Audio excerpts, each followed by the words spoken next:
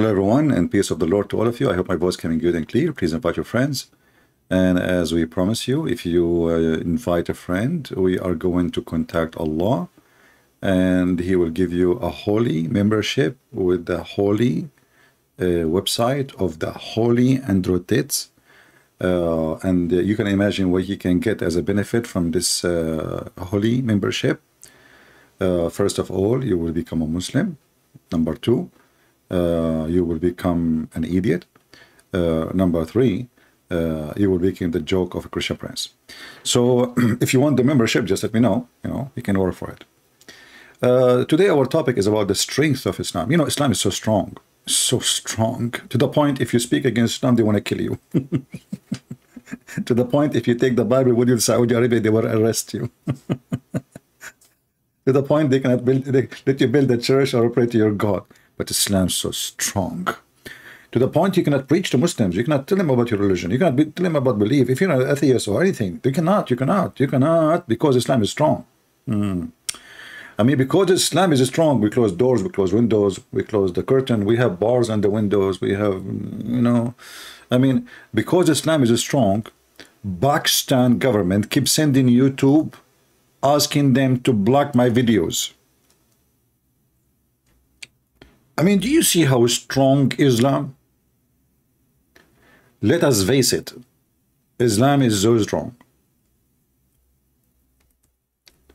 As I know, Pakistan is a country which has nukes. You know what I mean? Like they have nukes, right? Let's show you just how strong Islam is. The Arabian Prophet, we receive a legal compliment from the government entity regarding your content. After a review, following the content was blocked. Crazy yet prophet. I mean, do you see how strong it is? Pakistan. I mean, those Muslims, they have a very strong religion.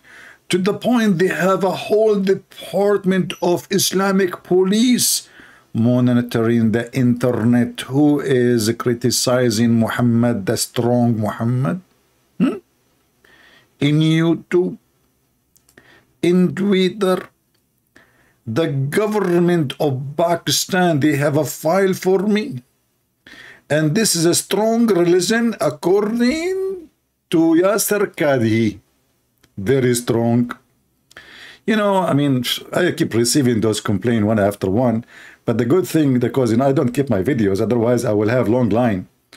But anyway, I want to hear Yasser Qadhi tell us about the strength of Islam.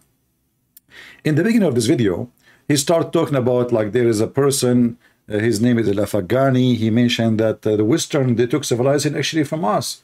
And then he said, this is not really too much accurate. We have to be honest here. We took from the Greek and we build in it, and then we give it to the West and they build in it. The fact they did not take anything from the Greek, and all the Muslim scientists, they call them Muslims. Those are atheists. In fact, if you check each name of them, you will see how they get killed or tortured or they've been kicked out of the land. So the Muhammadan, anyone, he become famous, they claim he is a Muslim. Anyone. When he's alive, they step on him. He's a kafir, he's a zindiq, he's a filthy, he's against Allah. A few hundred years after, they say he was a Muslim. As simple as that. I remember when I was in high school, we have like the whole section about Arab scientists. So the teacher was speaking, he put the name on in the board. He wrote Al-Khwarizmi. And like Arabic, all of us, and there, Arabic is our first language. Khwarizmi doesn't make any sense. What Khwarizmi? Usually, such a word you use when you are mentioning that the person he is coming from like certain area. So it sounds like a name of an area, and he belonged there. So I said, sir, where is this? It says Arab scientist. They said yes. I said Al-Khwarizmi. Okay, he's an Arab. What does that mean? What this word mean? He said Khawarizm, Khawarizm, Khawarizm. You look at Khawarizm in the map, you will find that this is way far, like at that time it was part of Persia. So I said, but this is how, if he is in Khawarizm, how this guy is an Arab? So they steal even the one who is a Persian, they make him an Arab. The Persian Gulf, they make it the Arab Gulf. Israel, they make it the land of the Arab. Jerusalem suddenly became the city of Muhammad. I mean, you name it. But today, Mr. Yasser Kadhi is going to tell you about some of the strong or the strongest things the Muhammadan they have in their religion. What is that? Let us hear him. Intellectual ideas. We took what the Greek had, we built on it. We handed it over to Europe, they built on it. Oh. And they went to the moon and back. Oof. They took our knowledge, let's be honest. A correction. The Prophet Muhammad, he went to the moon and came back before them, just to correct you. So even that thing is not accurate, my friend. It's a Prophet Muhammad who took the first mule with 2 wings in his... I mean, have you ever heard of a flying donkey, his wings in his ass? It sounds like a tornado. I mean, this Muhammad, he have a great imagination. I mean, look, he did not put the wings in the front, not in the middle. He put it in the ass. 2 wings in the ass, in the hips. So what are you talking about? The Western are not the first one who went to the moon. It was the Prophet Muhammad who went way behind the moon. Where moon? What moon? Nothing was nothing, you know. And all of it in 8 hours. He went to the end of the space. The end, you know. He went where Allah, he planted his tree. It's called lotus tree. A lotus tree have leaves, each one of them in the size of an elephant ear, and they are made of gold. What a beautiful tree. And you can walk underneath of it for 100 years. Does that make it big, supposedly? I mean, I thought Allah is bigger than that. If Allah can lay down under a tree, the distance of it is 100 years. That means it's still short. 100 years in the speed of what? Camel or walking? No. What is that? Anyway. So, okay, so we took from the Greek and we gave to the Western. The Western went to the moon, then they came back and... Here. Again, we have to be a bit more critical rather than superficial. Right. They took what we gave them and they built on it to where we are today. True story. So indeed, it is true that we did a little bit, no doubt about that. But in the end of the day, we stopped doing what we were doing. What are you talking about? Aren't you burning France today? Aren't you making street dirties in England? Aren't you smuggling, trafficking human to Europe? From Pakistan, 500 Pakistani, they drone in the front of Greece. You are doing a lot to Europe right now. What are you talking about? Continue, please. They took over and they took it to a whole different level. The whole different level. Okay, yeah, we did it, not you. Okay. And what is the level you have? What is the strength of Islam? I'm trying to understand. One point. Another point can be said here, actually many points can be said, that in fact, and this is my main point of the whole... I love it when a Muslim, he say in fact, because everything in Islam is a fact. Listen, when you go to the heaven of Allah, you will have 70 years orgasm. That is a fact. In fact, I know that my people in the Middle East, their orgasm right now is 69 years and 9 months. But in heaven, Allah will make it 70. It's a fact. I mean, Muslim, they are the one who talk only about facts, brother. And later we can talk the fact about the Gog and Magog and the fact of the flying carpet of Suleiman. And Suleiman debating an ant and he lost the debate miserably. And the fact that Suleiman, his shaitan, he F all his wives, and Suleiman was working as a dummy in the market carrying fish. The idiot, he left the palace just because he lost the ring. And the fact that the wife of Suleiman, she gave the ring to the shaitan because she thought this is Suleiman, because when he go to the bathroom, he don't take the ring of Allah with him. All those are facts. And not to forget to mention that Prophet Muhammad used to F all his wives in one night without washing until the end. That is a fact. It must be true. I mean, that's normal in the Middle East. This is why Middle Eastern are #1 people in the world who buy Viagra, because obviously they are so good in bed. Right. It's a fact. Remember, in Islam, we bring you nothing but fact. Continue. This tactic might be semi-valid, it's not wrong, but it is not also the most correct or the best tactic. Really? Why? Remember, he is teaching the Muslim how to refute the Western when they say to them, you Muslim, what you have? So he's teaching them now how to refute the Western. So now we have a new tactic. This is a war Zoom chat. What the tactic? What the tactic? Brother, tell us what the tactic. New tactic. Because in the end of the day, our strength, what we call our trump card, no pun intended, our strength is not in Ibn al-Haytham, no, and al-Khawarizmi, no, and Ibn Rushd, no, and al-Razi. That's not our strength. Where? No. This is not where we will win the debate. Where? Our strength is in what Allah blessed us with, a knowledge of who we are, why we're here, a knowledge of heaven and hell, a knowledge of morality. I love it. Who is a Muslim would like to join us live on air and tell us why we are here according to Islam? This person, he just mentioned morality. Morality.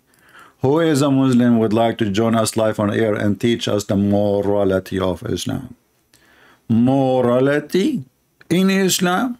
Like what? Like what? Can you give me some information? Iman. This is where we will always be better than them. I wish we could measure not GDP, but akhlaq. I wish we could measure akhlaq, moral. I mean, this guy is coming from Pakistan, a country where everybody is corrupt. A country where, according to Google, they are #1 country in the world search for sex with donkey. Sex with who? With donkey.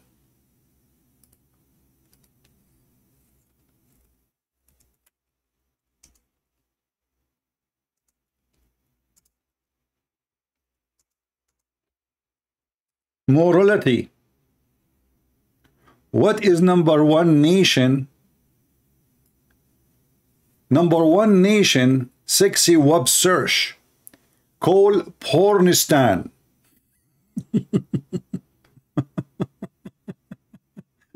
And they keep winning always the top, not like 2010, 2007, 2003, 2005, 2000. I mean, they beat everybody. Brother, this is where we win. Morality. In morality, we are in the top. We have all the proof and the reference when it's come to morality. Don't remind me, your prophet, he killed tell me more about morality so we can just remind me of his stories. Respect to elders. Respect to elders. Prophet Muhammad, he ripped a woman, her name is Qirfa. Qirfa. He ripped her 2 parts when she is alive. She is more than, between 86 to 90 years old. Respect to elders. He tied her legs, the evil Muhammad, to 2 camels, and he forced the camels to run in 2 different directions, and they split her 2 pieces. Can you imagine how much Muhammad, he respect the elder, a woman, she is in the age of his grandma? And by the way, Yasser Kadhi, as long you respect the elders in Pakistan and Middle East and Islamic countries more than the Western, what do you do for them there? Is it true they sleep in the road? Is it true they don't have medication? Is it true that they are beggars for food and nobody is helping? Is it true that in Europe, an old man, he will not sleep in the street unless he's losing his mind? Is it true that in the Western, they give you a salary if you are an old man? Isn't it true that in the Western, those you say we have better moral than them? If you beat a dog, you go to jail. But if you beat a woman in Islam, you are a good man. Isn't it true that your prophet, he said, a man should not be questioned why he is beating his wife? And you are talking about respecting women and children and elders. Not to forget to mention Prophet Muhammad marrying a child, if we can call it marriage. Morality. A man should not be questioned.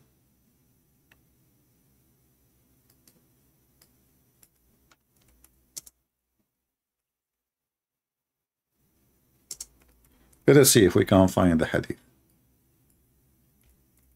Give me a second. Invite your friends, guys. Invite, come on. Maybe you don't want me to come every day, don't you? Are you bored of me? Just say it, say it. You know, last time I asked people if you are bored of me, and they said yes. Do you know what I did? I came back after 15 minutes. I'm very sensitive.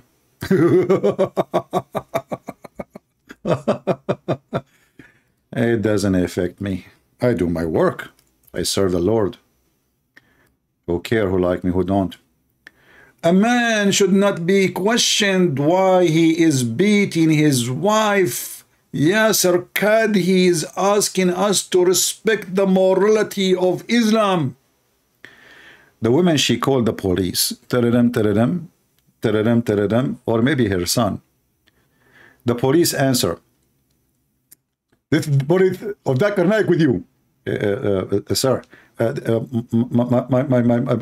My father is beating my mom. Can you please send somebody? He's beating her. Listen to me carefully. Prophet Muhammad, beat me upon him. He said that if a man is beating his wife, police cannot be involved. What the heck? This is the morality of Islam, that if a man beating his wife, police cannot involve. Exactly. Why is that? Because he's the husband, and the husband can beat his wife. What if he's an idiot? What if he killed her? No problem. If he killed her, just give it a call.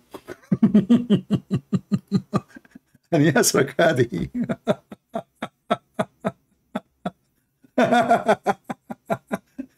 It's telling us about morality in Islam. My friend, morality is so good. The Prophet asking for the hand of a child. She is not even a few days old. She is an infant. Habiba, the morality of the Prophet. The Prophet is licking the face of Osama and say, I wish of Osama he was a girl. I will marry her. I will dress her. And not he will marry her, like he will marry her to somebody supposedly, and he will dress her. I mean, he's a boy. While you are thinking about a boy, he's a girl. Bachabazi, the morality of Islam that we have a culture promote bachabazi. Do you know what bachabazi? Who of you do not know what bachabazi? If you do not know what bachabazi, you're missing a lot. I mean, this is the religion of morality. Bachabazi. I'm typing in Arabic, hold on. Bachabazi.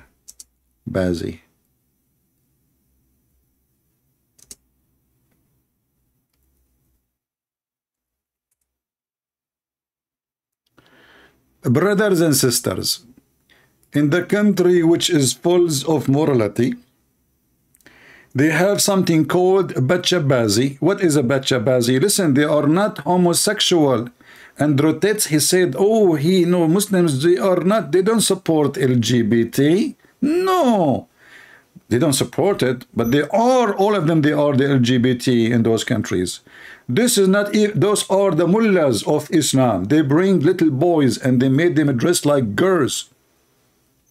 And after the party, after they dance with them, they rape them. They rape boys. Look, this video is blocked because I'm not under age, which is suitable for to see this. Bachabazi. Look, what the heck is that? What kind of...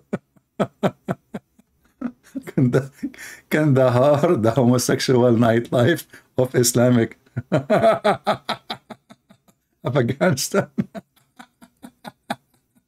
Criminals. Like if you watch the videos, you will see how disgusting it is. And then they school us about what? About morality. Morality. They are the best of morality. I mean, the Western, those are boys, those are not girls. The one you see in front of you in yellow, this is not a man. This is not a girl. This is not a female.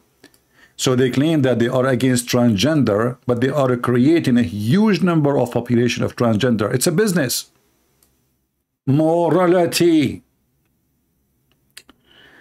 I don't know. I'm so confused and so confused, so convinced. Excuse my English wa, because sometimes I speak Francois. Oh boy. The morality that you are.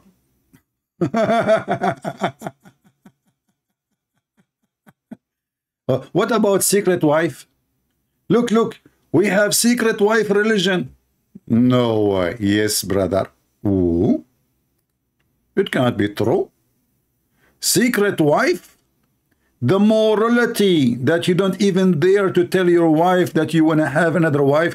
Not only you practice multi-bed share, like multi-women sharing in the bed, and you see, like, when somebody do such a thing, he knew it's wrong. But in Islam, this is legal. It is Islam. It is what it is, you know. And he speak about morality. So listen to this video clip here, in case you are interested. This is really dawah. He brought a bunch of women. They are Muslims and they are hot. And how I know they are hot? Now the Muslim, they will say, look what he is saying about Muslim women. Well, if they are not hot, they will not say what you just heard. Listen carefully what they say. I'm not the one who's saying that.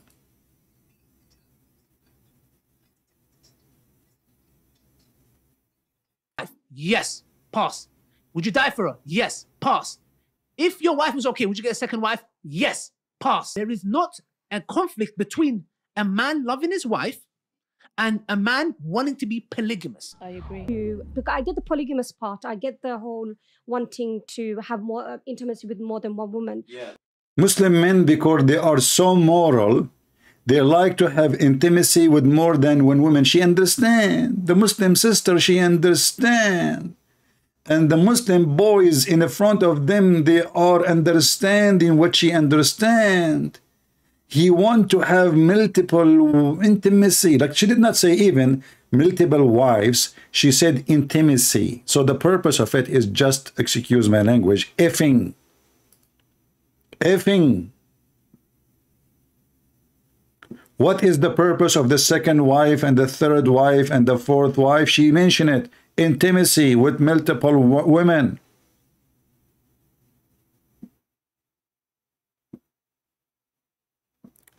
Yusuf is inviting us to Islam because that will save us from fire. Yusuf, my friend, I don't know if you know your religion. According to Islam, every Muslim will go to hellfire. Why you don't call me to show you the Quran? I mean, the Muslim, by the way, they give us something. Brothers, sisters, convert to Islam because that will save you from hellfire. Hey, Yusuf, who is going to save you from Iran when they attack you? The American. Who is going to save the Kaaba from the missiles of Iran? The American. Who is going to save Emirat and Kuwait and Bahrain from Iraq? The American. Who is going to save you from the Chinese and the Russian? The American. Where is Allah? So don't tell me about hellfire. You are in hellfire already. I mean, your land is messed up. Disease, illness, with all the money you have. Until now, you are the most illiterate nations in the world. Instead of building schools, you build mosque. You go to the mosque, what they teach you. Let us see what they teach you in the mosque. Do you want to see what they teach you in the mosque? Listen to this. Inshallah, I am trying to raise 500,000. Yeah, he's trying to raise, yeah. They teach you in the mosque that you should buy halal food. For cats. Cat halal food. Cat halal food. and halal raw cat food. There are countless health benefits to this new raw diet. Check them out on Instagram. And they say to you that the Muslims do not have any innovation.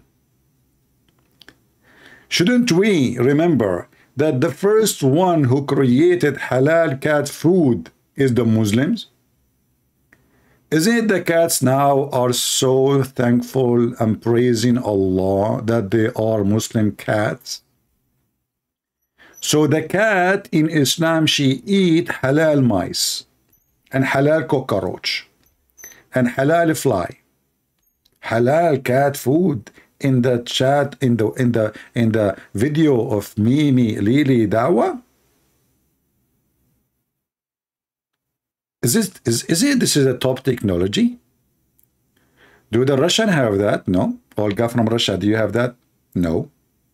Vladimir, do you have that? No. Okay, what about you, Mr. Richard? Absolutely not.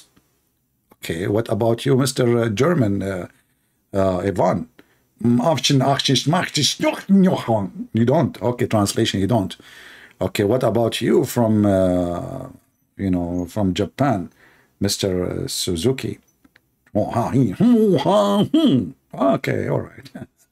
Okay, so I didn't think, I don't know, something, Mr. Sushi, you want to say something? You agree, okay. So Sushi agree that the Japanese don't have halal cat food. I mean, what about the Jews? Hey, Moshe, do you have anything to say, Moshe? Habibi, Christian Prince, Habibi. We cannot create such a thing, Habibi, because this is halal cat food. We have kosher for human. We don't have kosher for animals. Are you sure? Well, I'm very sure. I'm very sure. Okay, well, you know what, Jewish boy, the Muslims, they did beat you. Look, they have halal cat food. Habibi, listen, Habibi. You want to feed the cat halal food, kosher food? You must be crazy, Habibi. Unbelievable. Yeah, somebody he liked my German. Yeah, actually, I was born in Germany. I was like, because what happened, my dad, he was hijacking an airplane in the Amazon River in Indonesia. And then, they were like somebody hunting by mistake. Vladimir Putin, so he shot the airplane, even though he was, they used to work with my dad as parrot, but anyway, by mistake, things happen sometimes. So, he like the airplane fell down, and I found myself in Bangladesh, and that's why I became a German. All right, so this is a true story, by the way. Sahih Bukhari. Don't ask me for the what, the chain of narration. So what we learn when we go to the mosque, like in education, and we beat everybody. Okay, what you beat them beside the halal food, cat food, whatever. Yajuj and Majuj. Allah subhanahu wa ta'ala talks about them in the Quran, and they are mentioned specifically in a hadith, brothers and sisters. Specifically. If there's anything left, just chip it. Quran and specifically in the hadith. If there is any other source in Islam for things, it's like somebody, a doctor, he is giving you good news. By the way, your wife, she will have a baby. And then you ask him, do you know the gender? He says, yes, I know. It's going to be either male or female. That is a prophecy. So specifically, brother, okay, go. Now, one thing that a lot of people make a mistake, which I've seen, people of knowledge, is that they try to comprehend and understand. You see, the strength of Islam, that Muslims don't comprehend and they do not understand. Are you with me with the strength of Islam? The weakness of a Muslim is when he try to comprehend and he try to understand. This is something very special. This religion is so strong to the point you should not try to understand, neither comprehend. Now, one thing that a lot of people make a mistake, which I've seen. It's a mistake. It's a mistake. What is the mistake? People of knowledge, is that they try to comprehend and understand who is Yajuj and Majuj? Yeah, where are they? How could they stay in a cave for so long and dig? And dig. They're about to come out. And obviously, some say there's narration, etc. Yeah, parts of it, Are you sure originally you are not a cat? I mean, the Hindu, they say, like, if you have a bad karma, good karma, stuff like this. I mean, sometimes you talk like a cat. You and Mimi hijab. Your voice comes suddenly from the nose, and like you're sniffing for a mice or something in the corner. Okay, so what now? What is the conclusion? Not authentic, whatever it means. I'm not trying to get into that, okay? You know, and then... Oh, please, he don't want to get into that. He, you know, because he's a person of knowledge, but he don't want to get into that. He know everything. Dhul-Qarnayn, and you know, there's so many speculations, etc. And a lot of people come, and they're... Don't speak dirty. What do you mean a lot of people come? Are you talking about Muslims in heaven? Are you saying that Muslims in heaven, all of them, they will come in the same time? Yes, because it's 70 years orgasm. They start all of them in the same time. They finish orgasm in the same time. They take the second women in the same time. And they have again orgasm in the same time. So they come all together. But I'm assuming you are not talking about that come. You are talking about people who are coming, not coming. Yeah. Like, some people even get into doubt with this matter. Some individuals even leave Islam. And I'm like, what's the issue here? What is the issue here? Because Islam is so strong. You see, the topic is Islam is the strength of Islam. What the issue here? You see, Yasser Qadhi, he will explain to us the issue better. Ya'juj and Ma'juj is actually, for our modern times, I would say, one of the most, if not the most problematic of the signs of Judgment Day. I thought Islam is so strong, it turned to be problematic. Yes.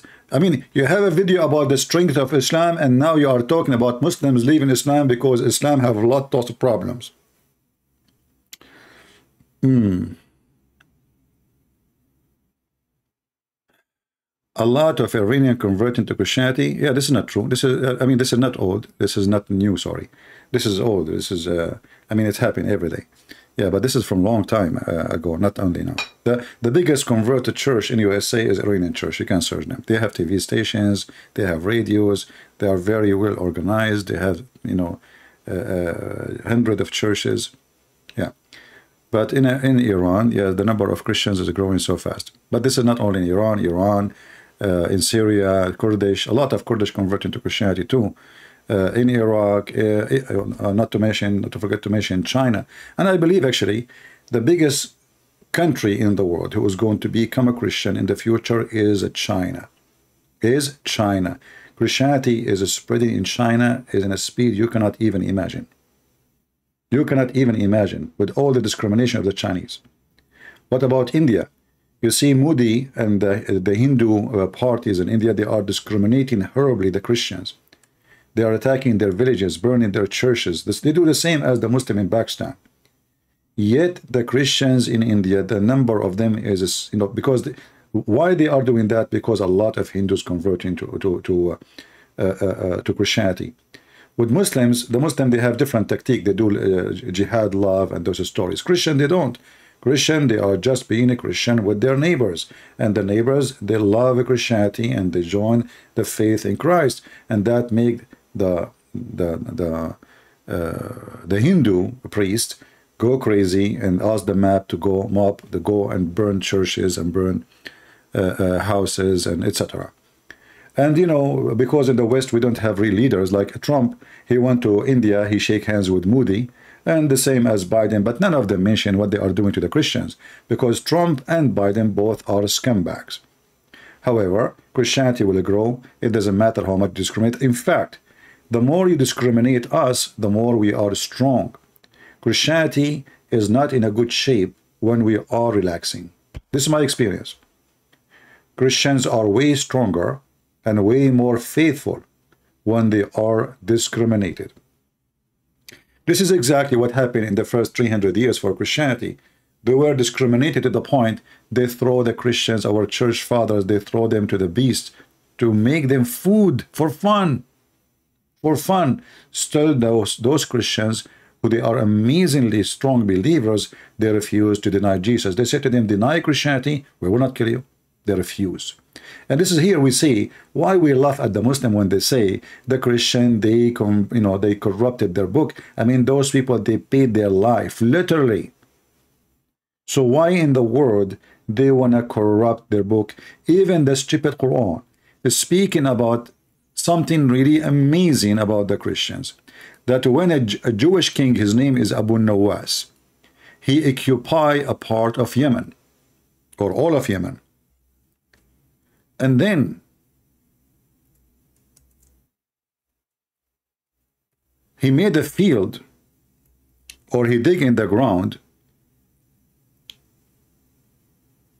big a huge hole.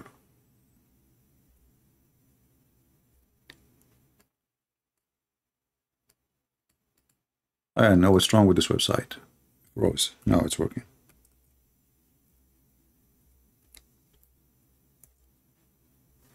In chapter 85, from verse number 1, you will see here in verse number 4, the one who were killed by burning them alive.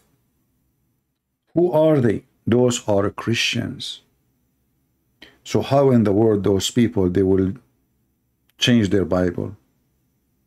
They refuse to deny Jesus, and the result is the whole town were burned according to the Quran. The story is in front of you.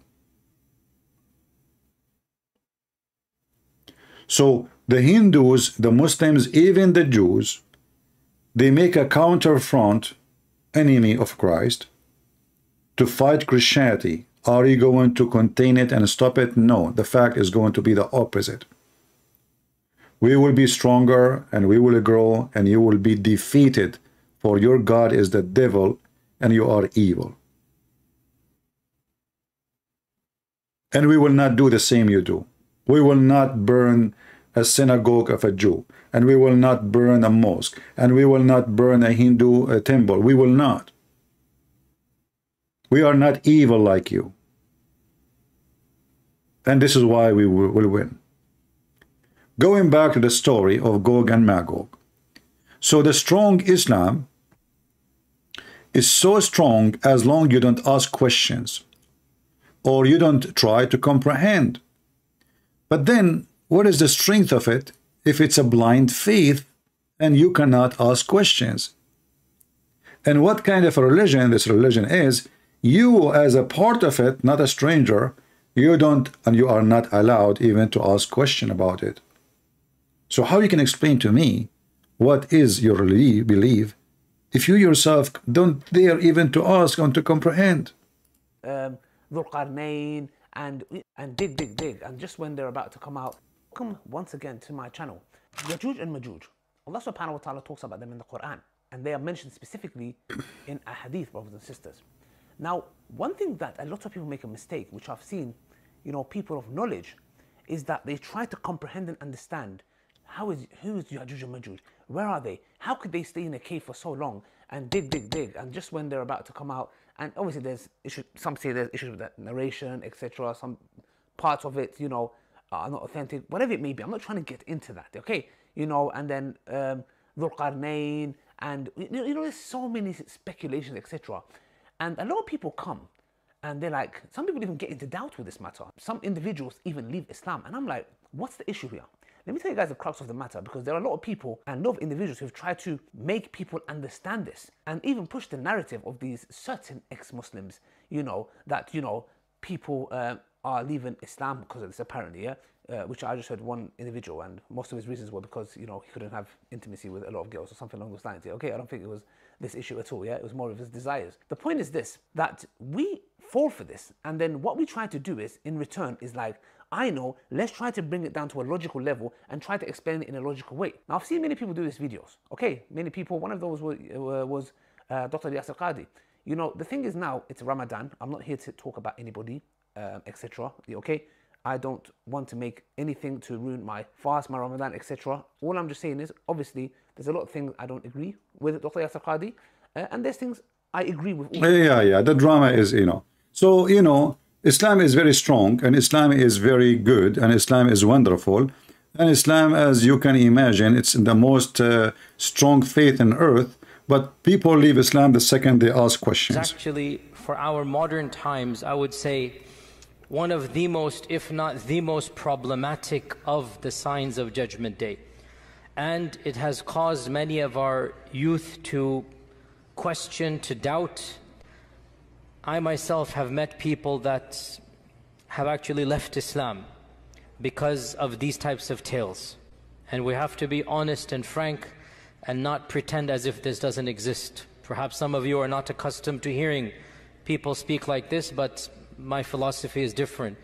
We are dealing with the crisis of people leaving our faith, our own children, our own young men and women. And of the reasons why is that we are not answering some of these issues that they bring, and we dismiss them. The issue of Ya'juj and Ma'juj is something that doesn't just occur in the hadith. It is explicit in the Quran. Standard medieval interpretation of Ya'juj and Ma'juj is the following. This is what you find in Ibn Kathir. You find it in the tafsir literature of As-Samarqandi and of Al-Tha'labi. And basically, this is the mainstream interpretation for our classical and middle ages of Islam. If you look at any book of tafsir, any book of history, the notion was the following. Ya'juj and Ma'juj are a bizarre, exotic tribe in the nether regions of the world that have been trapped by Dhul Qarnayn thousands of years ago, and they're still trapped to this day. That Ya'juj and Ma'juj are a living tribe, blocked to this day behind the wall that was built 4,000, 5,000 years ago. That wall miraculously is still there. People can see on the one side, and on the other side you have these savages that Allah knows how they're eating, drinking, replicating, whatnot, and they're still there for eons and eons and eons. Dare I say, anybody who knows science and geography and modern civilization cannot believe that there is a tribe for 4,000 years trapped behind a wall. I mean, so he's admitting that he's a prophet, is a fraud. There's a guy, his name is Yusuf. He's saying, can he call me? For sure, you can call me, my friend. Just text me in Skype. I will take your call right away. Just text me. I will call you. So, are you going to believe, he's saying to you, are you going to believe in all the poo-poo Muhammad he mentioned in the hadith? Remember, everything he just said now, he's debunking every statement Muhammad he said. Because it's Muhammad and the Quran said there is a dam. There is a wall. The wall even built from, from iron and copper. He's saying now, with all the science we have, who in the world want to believe in this? And imagine this guy is the same guy in the other video speaking about the strength of Islam. So the strength of Islam is people live in Islam. Why? Because who in the world want to believe? And remember that those Gog and Magog, they are not like a nation of 1,000, 2,000. No, the ratio of them, according to Muhammad, is 1,000 to 1 human, which means from and not only that, even when one of them before he die, those Gog and Magog, he will have 1,000 boy child before he die. So if they are in the time of Muhammad, they were 1,000 to 1 human, their ratio. And then you calculate the number, that each 1,000 of them, he will make 1,000 before he die. So what the ratio by today will be? Billions of trillions. Billions of trillions. Where we can find them? We cannot find them. The story is a fiction story. Muhammad is a madman. Ago, that wall miraculously is still there. People can see on the one side, and on the other side you have these savages that Allah knows how they're eating, drinking, replicating, whatnot, and they're still there for eons and eons and eons. Dare I say, anybody who knows science and geography and modern civilization, you cannot believe that there is a tribe for 4,000 years trapped behind a wall. I mean, if you believe this, that's your position. I cannot believe it. I'm just being... We cannot believe it. And then, brother, the Islamic strength is getting even more powerful. Siyas al-Qadi should be shut down. His channel should be shut down. He should never be allowed to open his mouth. Oh, wait, what are you talking about? Brother, are you serious? What? What you just said? Shut down his channel. Shut down. Should be shut down. His What? Qadi should be shut down. His channel should be shut down. He should never be allowed to open his mouth. Qadi should be shut down. His channel should be shut down. He should never be allowed to open his mouth. Yasir Qadi should be shut down. His channel should be shut down. He should never be allowed to open his mouth. Why? Is that because Islam is so strong, or the more he talk, he is exposing the stupidity of Islam? So now, instead of saying, you know, okay, his guy, I mean, the Muslims are honest people, by the way. Why he's upset? Because that guy is saying what he should not say. This is what he's saying. He should shut down. Or shut up, you idiot. Shut up, you stupid son of Mut'a. You are telling everybody that this is impossible and this is stupid. What's wrong with you?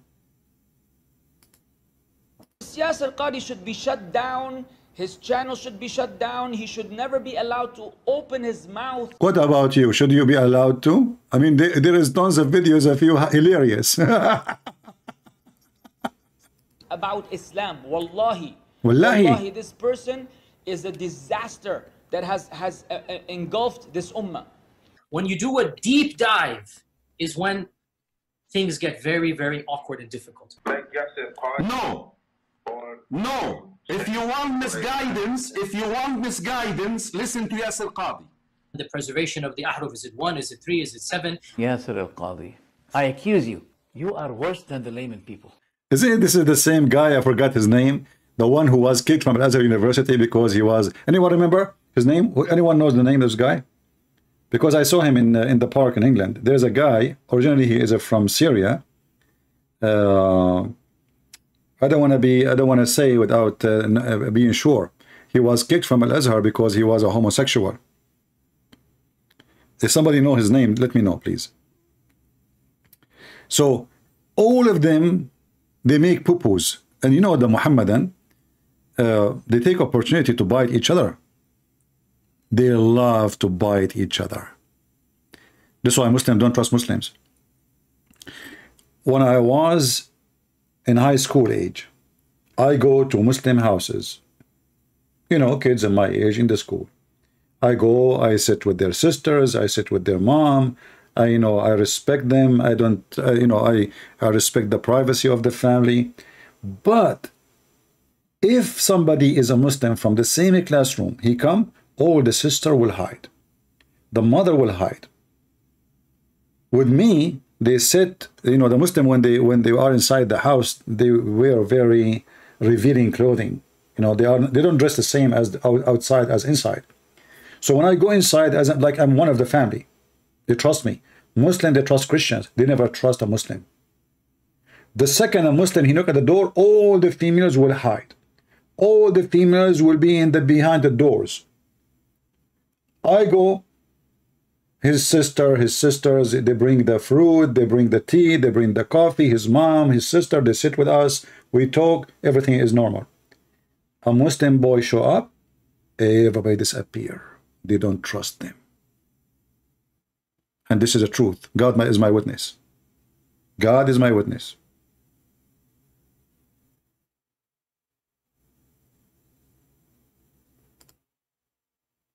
Tell us more. When things get very, very awkward and difficult. No. If you want misguidance, listen to Yasir Qadi. The preservation of the ahruf, is it 1, is it 3, is it 7? Yasir al-Qadi, I accuse you. You are worse than the layman people. You failed. You failed. This is not a joke, brothers and sisters.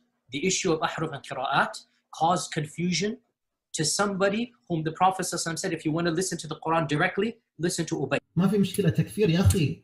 Live. We don't care. The most advanced of our scholars, they're not quite fully certain how to solve all of the unanswered questions in there. Yasir Qadi, when you see him on a video, click X. Traditional understandings of ahruf and qira'at cannot answer some of these pressing questions that are now being poked. When you hear him, close your ears. lest you want to be exposed to fitna. The standard narrative has holes in it. That's what I'm going to say. This quote-unquote renowned scholar, he's a da'i. He does not qualify to be a scholar. I would advise Dr. Yasir Qadhi to stop indulging in this, because this is not his field. He's not an authority to... This guy, he have high school, he want to teach Yasir Qadhi what he can say.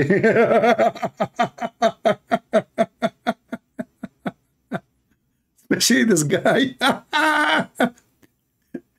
This guy, he in the speaker corner, he told some Christians, is that the language of a Christian? He say this to Muslim women, suckle me, are you stupid? She is the one, she said, that Jesus was playing with his mother boobs. Your sister was a whore. I respond to her, I said, in fact, it's your prophet who said to me to say to you, suckle me.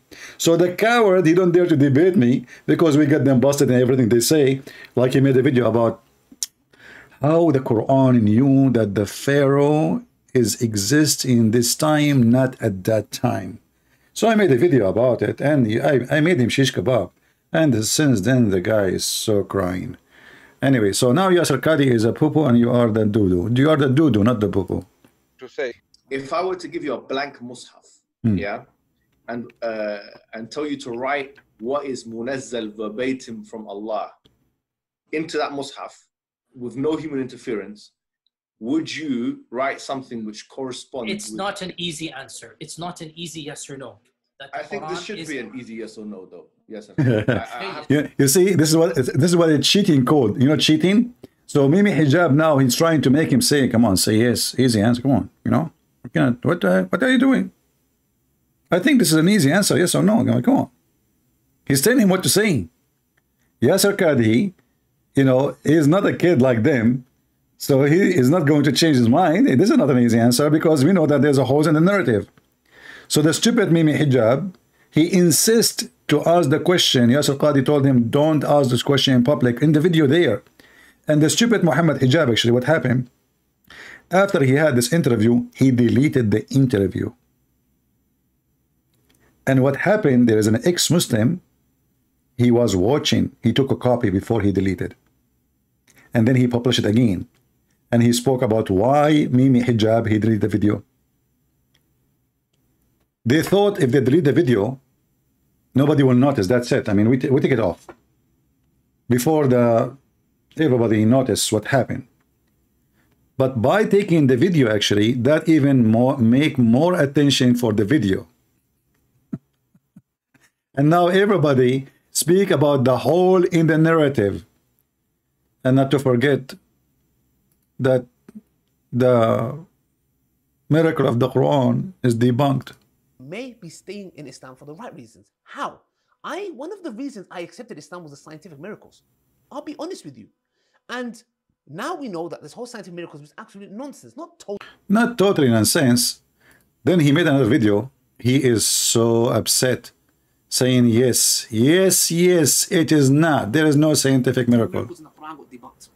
And for some odd reason, funnily enough, like as if they thought that it was a slip of the tongue. I'll repeat it again, very carefully.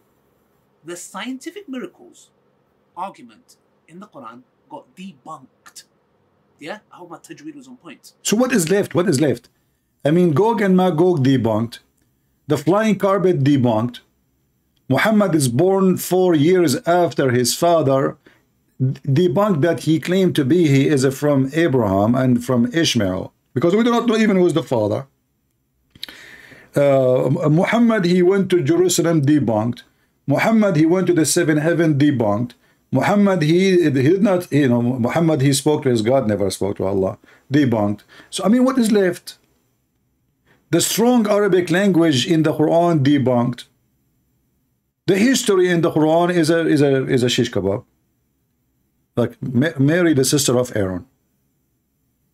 Right?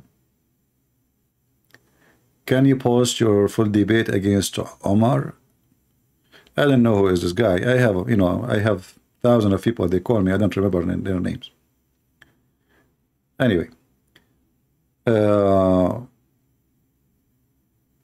As you see, Islam have a strength, but where it is, the strength of Islam is we should not share the truth. Without lies, Islam dies. So they were lying to you for all those 20-25 years about scientific miracles of the Quran, and it turned now to be that there is zero scientific miracle of the Quran. It turned to be that Muslims are leaving Islam like an avalanche. Why? Because the stories of the Quran, not only it does not make sense, it is so stupid. It's so dummy, to the point even a dummy person cannot believe in it. So what is the strength of Islam? If there is anyone here there to call me and tell me what is the strength of Islam, what is left? Even in the sword, they are strong. What sword? If all the Muslims now, they attack Israel, all of them together, Israel will wipe them out. Even in the sword, they are nobody. What is left?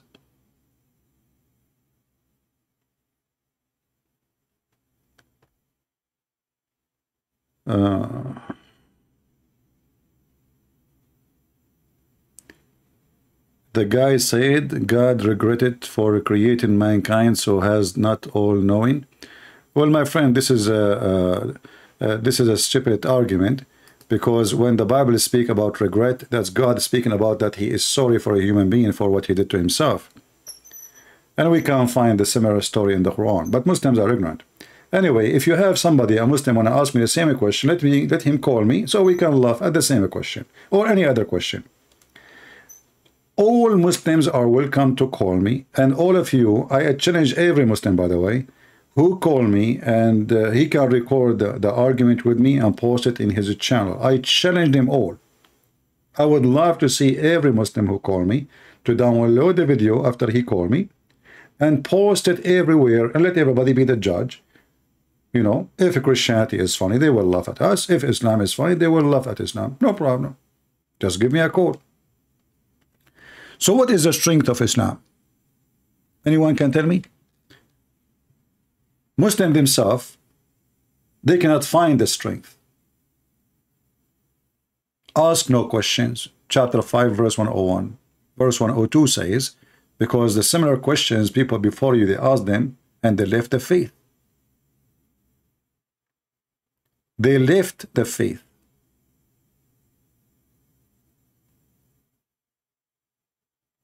Anyone, any Muhammadan, he would like to call us and join us, feel free. I want to see if you Muslims can stand it and stay as a Muslim after you call me, and bring all your ability in the fight. Even you can call with a team, like not one, not two, not a normal team, like, you know, you can call Yasser Qadi and let him join us. You can call someone funny like Zakir Naik. Bring whoever you want. I never say no to anyone. But don't bring me a Muslim woman. Do we have any Muhammadan there to call? If you are sure from your religion, then I don't think there is a reason for you to be worried about calling us and proving Islam to us to be good. Because as you see, all your cleric in the internet, the famous one, they are saying things really crazy. Scientific miracle, it turned to be a lie, which means every single video in YouTube about scientific miracle, it was a fraud. Fraud. Because when you say it was debunked, that mean what? Do you know what does that mean? That mean you were all lying. Otherwise, you cannot debunk facts. You can debunk lies. So how a Muslim, he is a believer. And then this believer, he fabricate scientific miracles to make people believe Quran is from God. And then after 20-25 years, and I am the first one who wrote books to get it busted. And for sure, before I start writing my books, I was making my videos laughing at all those scientific miracles. So All those years, the Muslim, they were saying Christian Prince is lying, and now it turned to be to what? The truth. Christian Prince was saying the truth. The Quran not only does not have scientific miracle, the Quran is a book of errors. Prove me wrong. Just text me, and I will call you.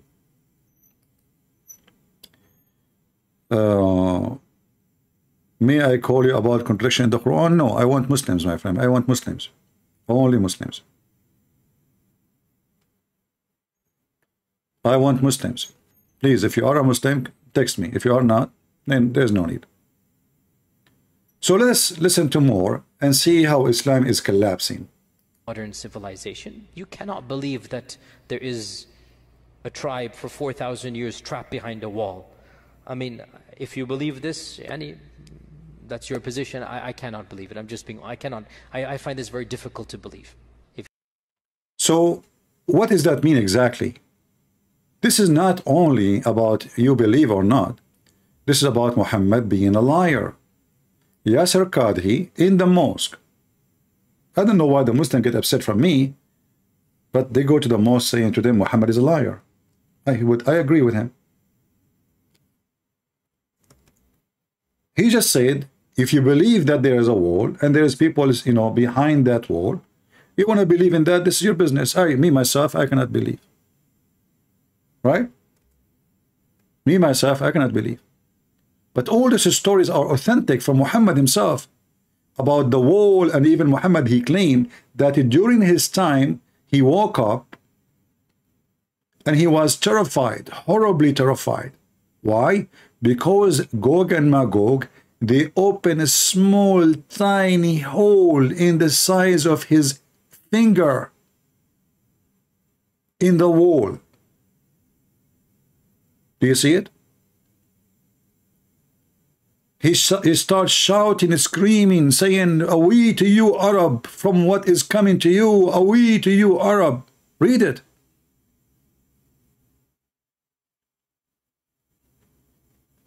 Prophet of Allah, PBUH. This is kind of acid, I don't know if you know about acid.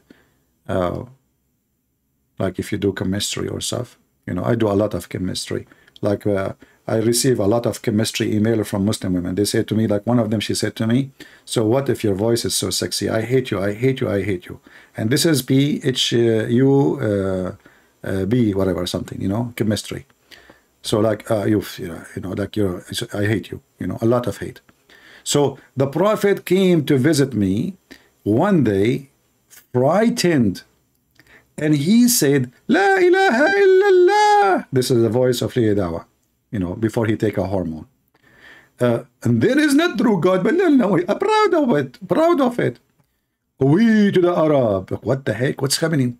Because of an evil which has drawn near. The false prophecy. So Muhammad, he claimed 1400 years ago, that the Arab now soon, Gog and Magog are coming to them.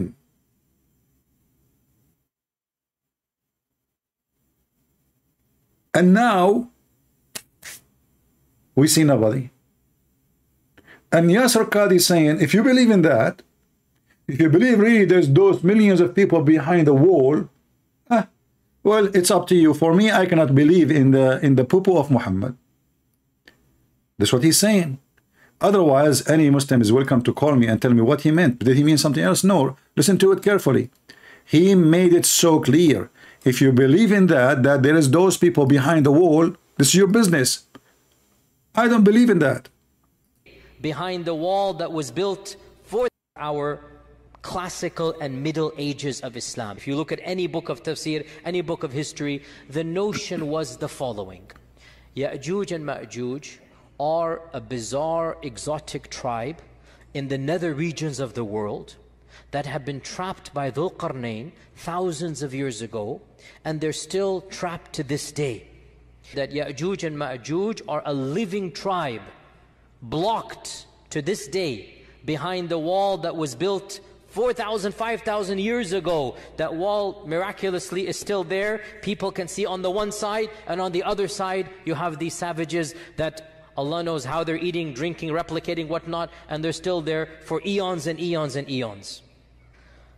Dare I say, anybody who knows science and geography and modern civilization, you cannot believe that there is a tribe for 4,000 years trapped behind a wall. I mean, if you believe this, Yani. Okay, but Yasir Qadi, I mean, do you believe that Muhammad, he went to the seventh galaxy in the top of a flying donkey? As long as you are a person who speak about science and you claim to be an engineer, and at the same time you are a sheikh, and the prophet, you know, he was in his bedroom, and then the donkey came to his room and he knocked at the window, and then when the angel, he tried to put Muhammad in the top of the donkey refused to receive Muhammad in the top of him. The Jibril, he said to the donkey, aren't you ashamed of yourself? The donkey looked at Jibril, says, what the heck? Why? He said to him, don't you know who's this? The donkey said, who is this? Jibril, he said to him, this is a prophet Muhammad himself. And then the hadith says that the donkey was so ashamed of himself. Imagine yourself, Muslim, listen to me. Imagine you are the donkey. I don't know if you need to imagine that, because already you are in that state. Believing in those stories, you must be a donkey. So imagine you are the donkey who come to carry Muhammad, and now you refuse to let the prophet to sit on top of you. How embarrassing for you.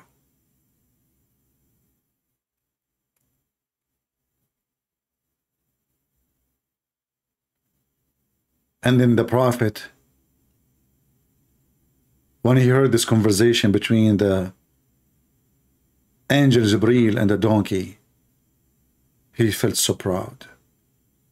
The angel saying to the donkey, do you know who is he? I mean, he, by the way, Muslims, why the angel did not tell the donkey, hey, by the way, we are going to pick up Muhammad? I mean, to save him the embarrassment.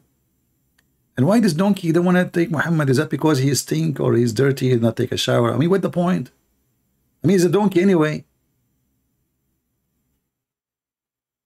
I mean, don't you notice this story is so good?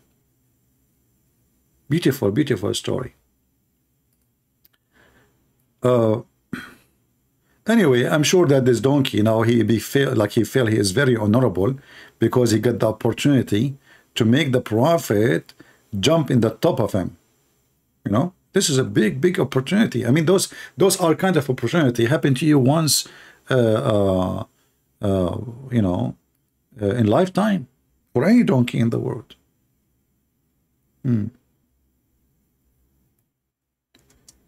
I don't know. I have to say that Islam is so strong, and the prophet was so strong. That's why the prophet, he used to F all his wives in one night. Yet he could not have one baby. Obviously, he was shooting blank. Husband, did you check your bullets? The prophet was shooting non-stop, brother, all his wives, and then no babies. Why? I mean, what happened? I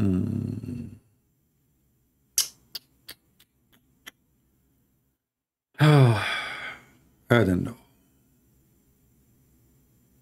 And then the prophet with all his stories, which all of them proven to be true.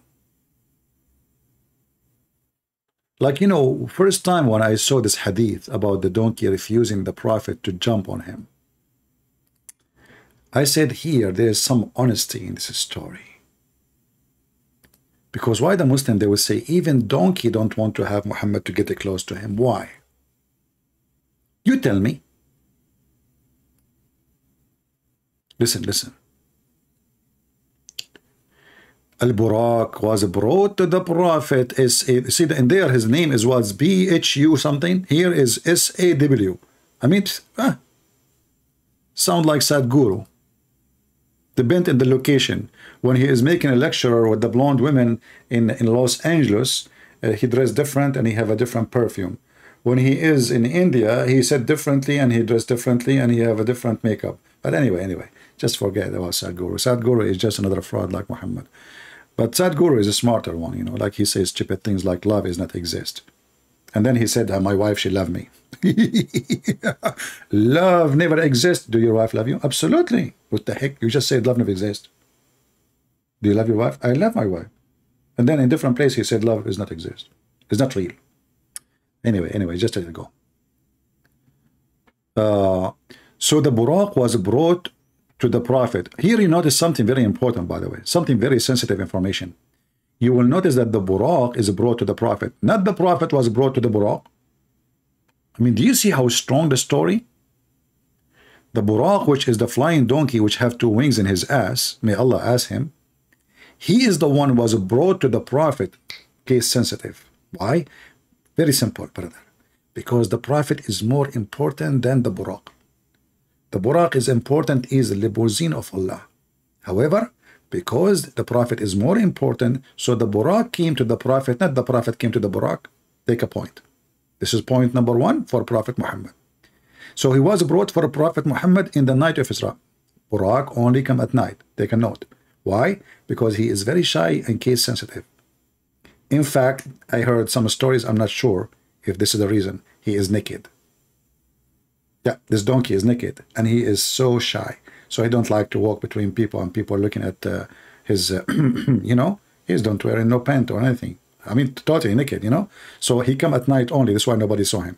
Okay. So he come at the night of Isra, and he was saddled. Look, he's ready. See? They have a garage in the heaven of Allah. You know, they clean the donkey, they saddle the donkey, they comb his hair, they put eyeliner in the donkey, his tail is clean, perfect, yeah. And then, renamed, I don't know if I'm saying the word correctly, renamed, is that, let me use Google, peace be upon him, to, how to say this word, excuse my English. And now Mimi Hijab, he said, don't speak with English. Your Prophet do not even know his name. Hold on.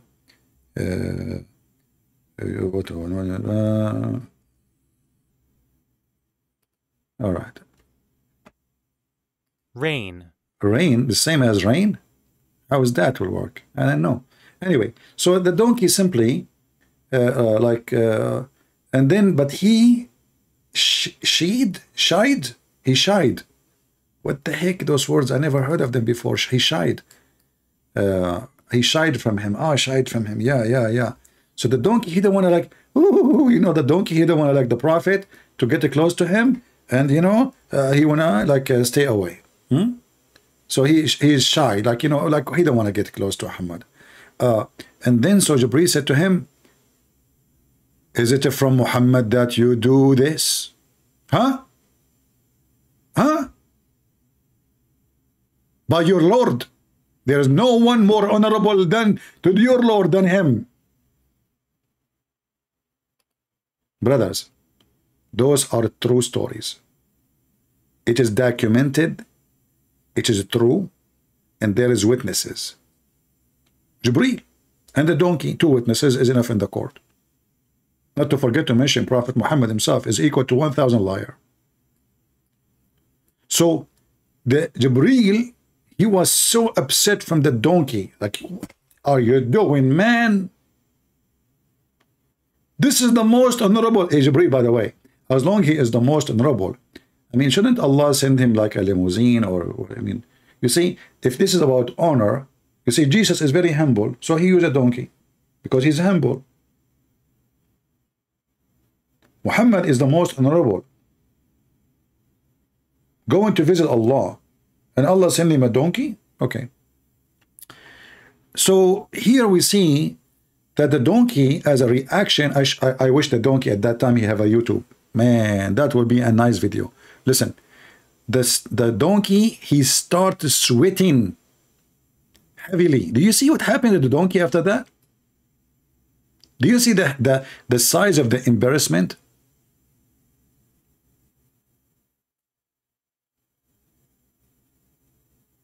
So imagine Ali Dawah is the donkey coming to pick up the Prophet. And he did what he did. And then the angel Jibril, he screamed at him, saying to him, shame on you. The donkey starts sweating his ass. He started dripping like water. He's sweating because he's so terrified. What I did. Now they will report me to Allah, and they will tell Allah that I did shine from Prophet Muhammad, who was going to ride in the top of my back. Fatima saying Quran explained embryology 1400 years ago. That's deep. So why Lili Dawah is saying scientific miracles is debunked, Fatima? Can your husband call me Fatima so he can explain to us the scientific miracles of the biology, embryology? Listen carefully, brother. 1400 years ago, the scientific biology discovered in the Quran before all mankind. Like what, Fatima? Like the sperm coming from the backbone of the man. And women, they have a sperm coming from their ribs. Do you have a sperm, Fatima?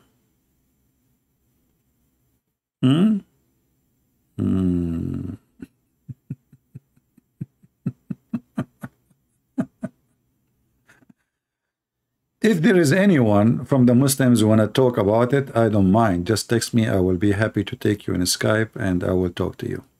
Oh, we have somebody who's a Muslim. Let us see.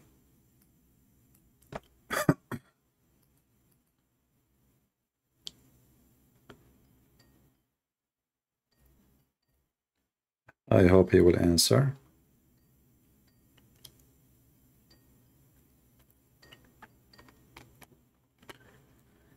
Hello? Hello? Yes, I hear you. Go ahead. Are you going to run today too? Well, you are the same person. Each time I ask you, you give me an answer. You got your prophet busted, and I'm done with you. Why are you running from a woman? Just be a man. Because you are stupid. You know what? You insult me stupid. You insult me half brain. Okay, isn't it you? Isn't it your prophet who said you are half a brain? Is it me or your prophet? My prophet didn't say anything. Okay, I will put the hate in front of you as long as this is what you said, and then you read it and you tell me if he said that you are half a brain or not. Is that all right? I don't follow hadith. I follow only the Quran. You cannot follow the Quran only. You see, you said my prophet did not say that. And now you say you want to follow only the Quran. So how you asking me, how you say to me, my prophet did not say that, what your prophet say is not going to be in the Quran. Are you stupid or what? What your prophet said is his said. Listen, you're stupid. That's why I say you're stupid. I say to you, your prophet said, you said to me, my prophet did not say. I say, let me show you the hadith. You say to me, I don't follow the hadith, but we are talking about what the prophet said, not what Allah said. So you are stupid again. Go ahead. What do you want to say?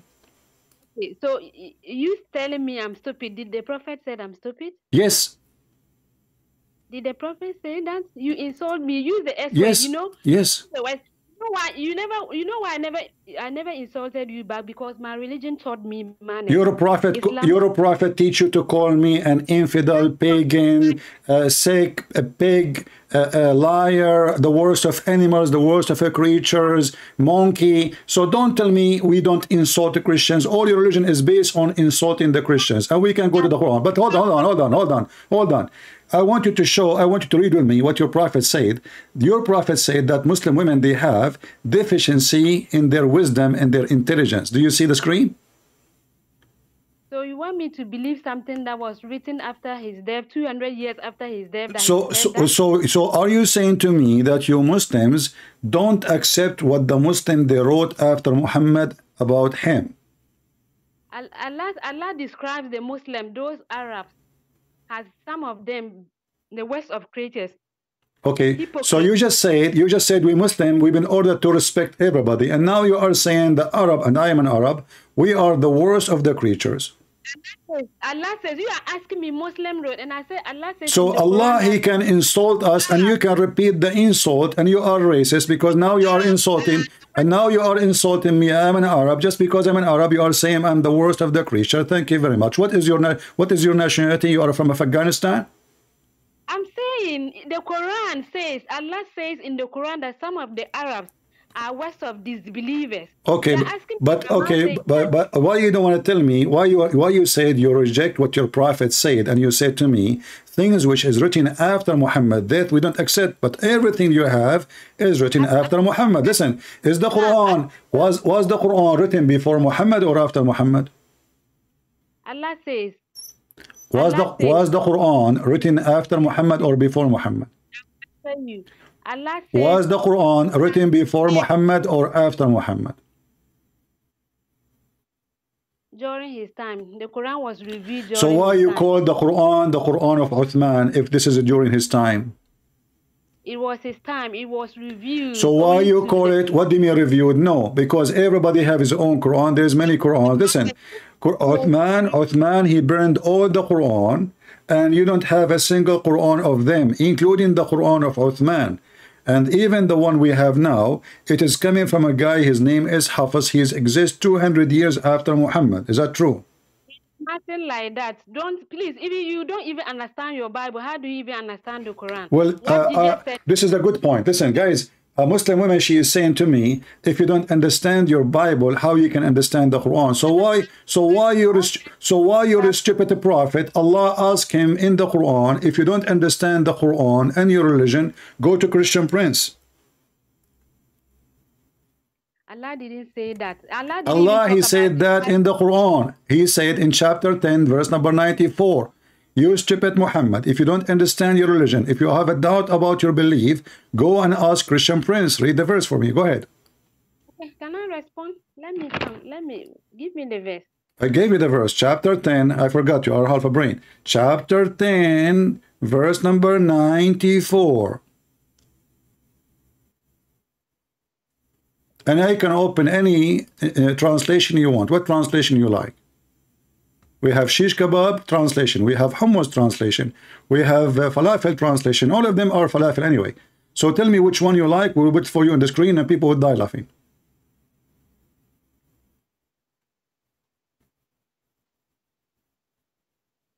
I'm searching. Chapter 10. While you are searching, it's chapter 10, verse number 94. Let me go slow. Chapter 10, verse 94. 94 is the one before 95, and it is after the verse 93, which means 94 between 93 and 95. 96 is after 95, but 94 is before 96, and 95 and 94 is between 93 and 95. I hope I make it more clear for you.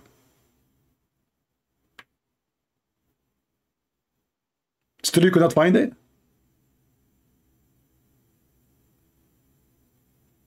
I'll be with you. I mean, after all this interpretation and tafsir, 94 between 95 and 93, and after it 96, still until now you could not find it. Do you want to call a friend? I've seen it. Oh, you've seen it now? Okay, that's good.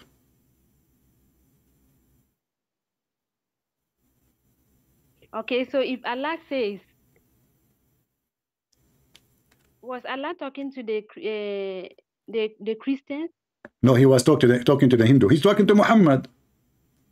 Yes. Yeah, he told Muhammad, if you have a doubt about your belief, which means Muhammad, you don't believe is a prophet, go and ask the Christian and the Jews. So how we are not the one who don't understand our book, yet your prophet is the one who don't understand what he's talking about. He been told by Allah, listen, Abatato, go to Christian Prince. If you have any question, come to him. He will teach you. He will spank you. He will educate you. It's in your front of you. Yet you are saying that we Christian, we don't understand our book, but you turn to be that Muhammad himself is the last one to know what he's doing. Why Allah want to send Muhammad to the Christian and the Jews so they can teach him? Who is he? Okay, let me respond, please. Respond. That was the angel and the Torah, not the Bible. It's saying the people of the book, you idiot. The angel. What angel? What angel? It's Injil. It's Injil, not angel. Angel is a malak. Listen, it says ask the people of the book. Ask the people of the book. The people of the book. It's us. It is the human. It's not the book. It's not the book. Ask the Christians and the Jews. I'm saying the Jewish people, they've hidden. I don't have time for stupid. Sorry, I cannot handle you. Thank God I am single. Otherwise, I will commit suicide. Oh boy. Oof. You Christian do not know your Bible. You do not know why you are calling me half a brain. Your prophet call your prophet. I don't believe in what they say about the prophet. He said. So what Islam is about? They deny what the Quran say. They deny what tafsir say. They deny what the hadith says. So what is left? Brother, Islam is strong. But hadith is da'if. Quran is da'if. Tafsir is da'if. Muslim are da'if. So who's strong? And they send me a woman. There's a billion Muslim man. They send me a female.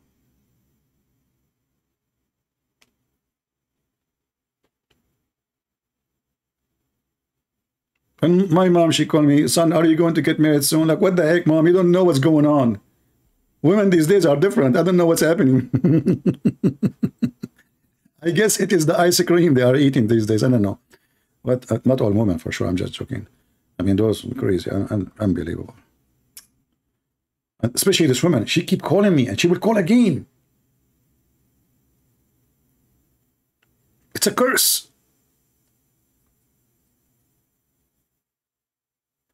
Do we have any Muslim?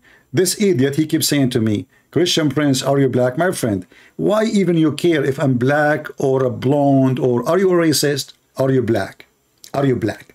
Are you black? Christian Prince, are you black? Christian Prince, are you black? Are you black, Christian Prince? Do you have a diarrhea? Are you mental?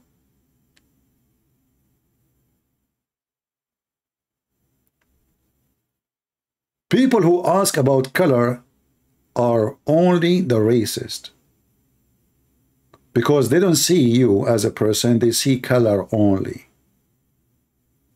If I'm black or Asian or white, what that will do to you, you donkey? We are all children of Adam and Eve. And God Almighty, He sent His only begotten Son because He loves us all. He don't love the white alone, or the black alone, or the Asian alone. So learn good manner when you speak to people. Don't ask them what is your color, donkey.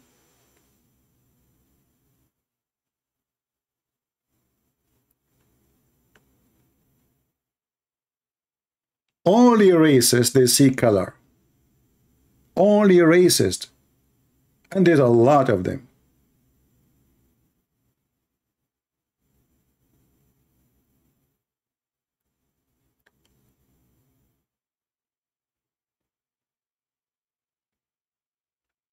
Anyway, do we have any brave Muhammadan would like to call us?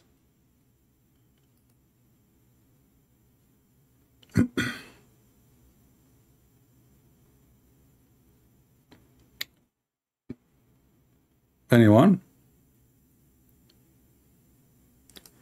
Every single stupid miracle in the Quran is defeated. Get my books and read and laugh. And soon, actually, I'm going to publish my Quran and Science second edition in Amazon, so you can have it, because people are asking for it for long. Any Muhammadan? What a drama! What a collapse of this cult. You see those people, it's like God is great. God is amazing. Sometimes you ask yourself, okay, why the Lord He allowed those people to grow? Like, you know, they became famous and etc. It sounds like there is a moment where those famous ones, they will drop their poo-poo over the devil. And the more they grow, the more the poo-poo will become like a big, huge nuke.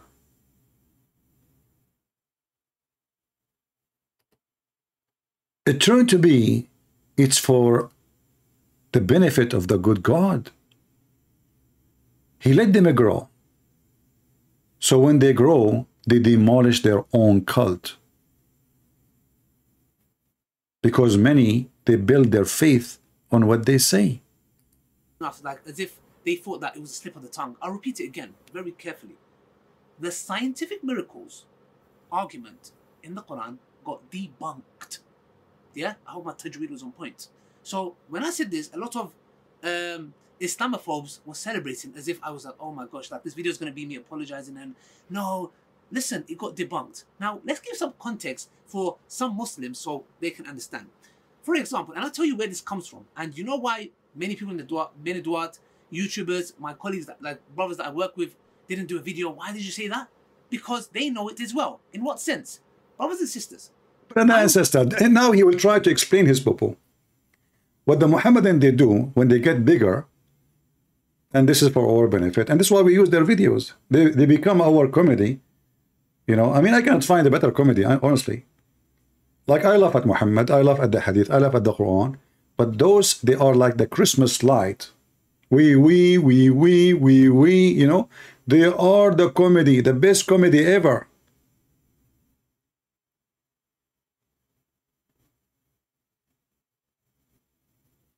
Only stupid one will accept for a second anything to do with science and his belief.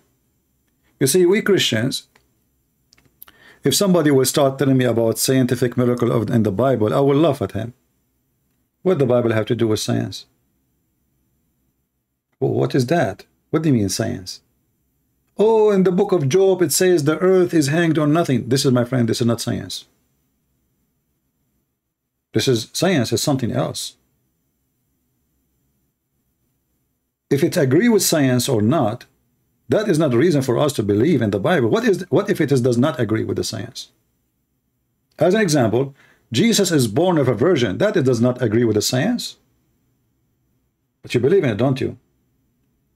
So only foolish people, they go in that direction. And because Islam is dead, so Muslims, they try to revive the dead. So they start kissing in the mouth. They start pumping gas in the anus. They start, Islam is like that guy story. I don't know if I told you. There's a scholar, this is a story written in their books. There's a guy, he died. And you know, Muslims, when somebody died, they take off his clothes and they wash him. And they put a piece of cotton in his anus. And that because they don't want the 99 dragons to go inside his anus when he go in the grave. So one of the Muslims scholars, he said, this man is not dead. The other Muslim, they says, how you know? He's not moving. He's like that for a long time on the bed. He's not moving. He's naked. So he said, for if you put your finger in his anus, it is warm. Which means this guy behind them, without telling them, when he went alone with this man, he put his finger in his anus. Otherwise, how he knew? And then every single one attending the funeral start placing his finger in the anus of the dead man. Imagine the whole funeral. All the men in the funeral, they want to check really if what he is saying is true. If the man is dead. And how we know? We place our finger in the anus. That is Islam. Islam is a dead God, dead Muhammad. And the Muslim now, they are trying an experiment, putting their finger in the anus to say to us, Islam is still warm, it is not dead. But they forgot at the end of the day, they just pushed their finger in the anus. Warm or not, it is an anus. And you cannot fix it. You cannot make it work. And those videos is nothing but a chain of madness and drama. And Islam is collapsing. Wallahi, this person is a disaster that has Shut up. Don't talk about Sheikh Yasser Qadi like that. I mean, how in the world do you say such a thing? And what happened to your hair? Camel urine, too much acid, you lose it. Should be shut down. His channel should be. Yasser Qadi should be shut down. Yasser Qadi should be shut down. Yasser Qadi should be shut down. Yasser Qadi should be shut down. Yasser Qadi should be shut down. Yasser Qadi should be shut down. I like it. Yasser Qadi should be shut down. His channel should be shut down. He should never be allowed to open his mouth about Islam. Wallahi. Wallahi, this person is a disaster that has engulfed this ummah. When you do a deep dive is when things get very, very awkward and difficult. No. No. If you want misguidance, listen to Yasir Qadi. The preservation of the ahruf, is it 1, is it 3, is it 7? Yasir al-Qadi, I accuse you. You are worse than the layman people. You failed. You failed. This is not a joke, brothers and sisters. The issue of ahruf and qira'at caused confusion to somebody whom the Prophet ﷺ said, if you want to listen to the Quran directly, listen to Ubay. ما في مشكلة تكفير يا أخي. Live. We don't care. The most advanced of our scholars, they're not quite fully certain how to solve all of the unanswered questions in there. Yasir Qadi, when you see him on a video, click X. Traditional understandings of ahruf and qira'at cannot answer some of these pressing questions that are now being poked. When you hear him, close your ears. Lest you want to be exposed to fitna. The standard narrative has holes in it. That's what I'm going to say. This quote-unquote renowned scholar, he's a da'i. He does not qualify to be a scholar. I would advise Dr. Yasir Qadi to stop indulging in this, because this is not his field. He's not an authority to say. If I were to give you a blank mushaf, yeah, and tell you to write what is munazzal verbatim from Allah into that mushaf with no human interference, would you write something which corresponds? It's not an easy answer. It's not an easy yes or no. I think this should be an easy yes or no, though. Yes, Khadi. I have to. Okay. What would you write? You're pushing me. I'm telling it to you flat out. You may not listen to anything that Yasir Qadi has to offer. Zero. Nada. Nothing. And my argument is very straightforward. So what if a lot of people said something, it doesn't make it right? The fact that 99% of your teachers say something doesn't mean it is the correct truth. His criticism applies to the entire Islamic tradition. Of course, anything that Yasir Qadi says at this point is probably wrong. We are at a point with Yasir Qadi where if he says the sky is blue, I have to double check 3-4 times. It seems like Yasir Qadi's lying. That's just the reality. Yasir Qadi seems to be lying. There has never been 2 copies of the Quran that are different even in one letter or one word. Is that true? It's not true. If you were to compare 2 printed Qur'ans, you're going to see differences between them. And By the way, this video is made by Hatun. So if you want the video, it's here. This is not my made. I'm not going to collect a bunch of kids here. But anyway, it's just for fun. Second video, he's clear about the reality, and he affirms the reality. So those are 2 different things. I wish and pray that Allah Azza wa Jal will guide him. Allah guide him. Ya Rabbi, guide him. And if Allah doesn't have it in His decree to guide him, so that we don't have to hear him rant about any Islamic subject matter, from the accused the Prophet ﷺ of having ill intentions with Zainab bin Jahash, to now claiming that shirk is not shirk. What is left for this guy? Quran has the narrative of the Quran has holes in it. The standard narrative. What is left for this person? The standard narrative does not answer some very pressing questions. The standard narrative has holes in it. That's what I'm going to say. I'm telling you, if you continue to listen to him, very soon there will be no more foundations of Islam. They're being... Whoa. If you continue listening to him few more, there's no more foundation left for Islam. Did I say that? It's not me. Who said that? The Muhammadan. And yet they claim that Islam is strong. Has holes in it. That's what I'm going to say. I'm telling you, if you continue to listen to him, very soon there will be no more foundations of Islam. They're being destroyed in front of you, one after the other. I believe that he finds the topic of the qira'at to be problematic for like the layman audience, and therefore he simply lied. That's what I believe. Well, what's wrong with you? You used to be a good person before. That's Allah who guides whom He will. Misguide whom He will. Oh boy. Look. Did you see the last edit when he said, Allah, He guide who He will and misguide who He will? Did you see the wisdom? They just admitted at the last moment clip that Allah is Satan. Allah, He guide who He will and misguide who he will. So why you are angry from the guy? If he is misguided, that means it's Allah. And if he is guided, it's Allah. People, do you understand the stupidity of this cult? He just said, Allah is the one who misguides and Allah is the one who guides. So why are you angry from him? That's what I believe. Well, what's wrong with you? You used to be a good person before, but it's Allah who guides whom He will and misguides whom He will. See? That is Islam.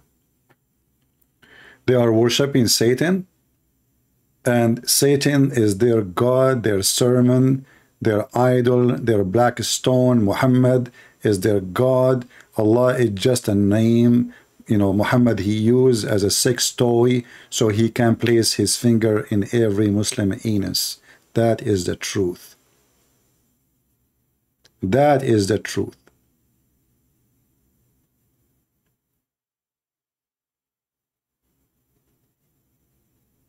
And you cannot even find one Muslim. Muslims are not attacking him. Every Muslim attack the other Muslim. Why? Because this is Islam. Who is the one who killed the Caliphate Uthman? Muslims. Omar. Muslims. All of them. Who killed them? Muslims. Who killed the family of Muhammad? Muslims. Who made the daughter of Muhammad lose her baby? Omar. Who is the one who burned her house? Omar. Who is the one who caused her death? Omar. Who is the one who took an army to kill Ali and his family? Aisha. She took 10,000 men army to kill Ali. What a filthy religion. A bunch of criminals, the companion of Muhammad. This is Aisha, the one we say she was a child when she married Muhammad. Now she is a beast. Muhammad, he died. And Muhammad, he made her in a certain position because of her father. So now she is abusing her position after Muhammad's death, her and her family, and she started killing everyone who opposed her or opposed her father, including Ali.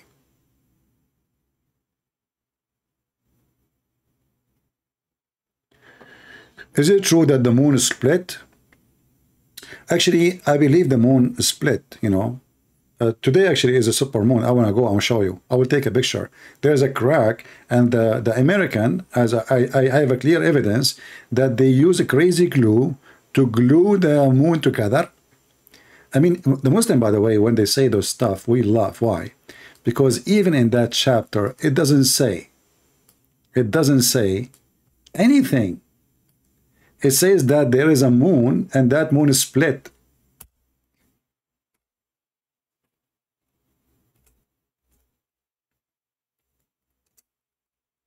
It doesn't say who did it. It didn't say when it happened. It doesn't say what happened.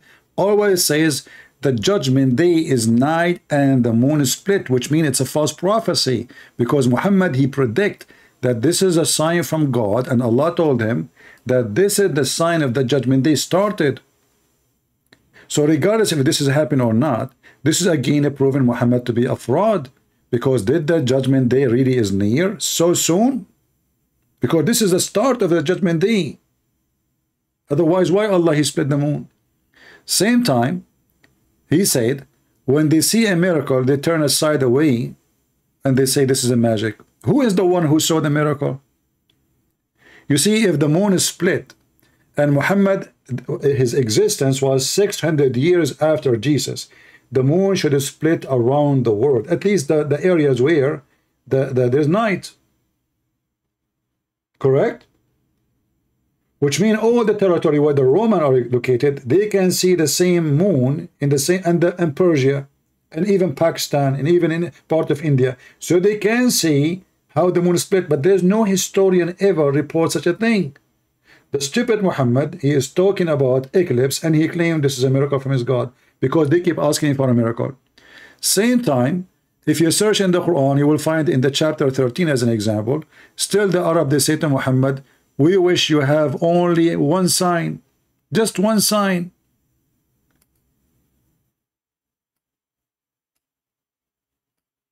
If the moon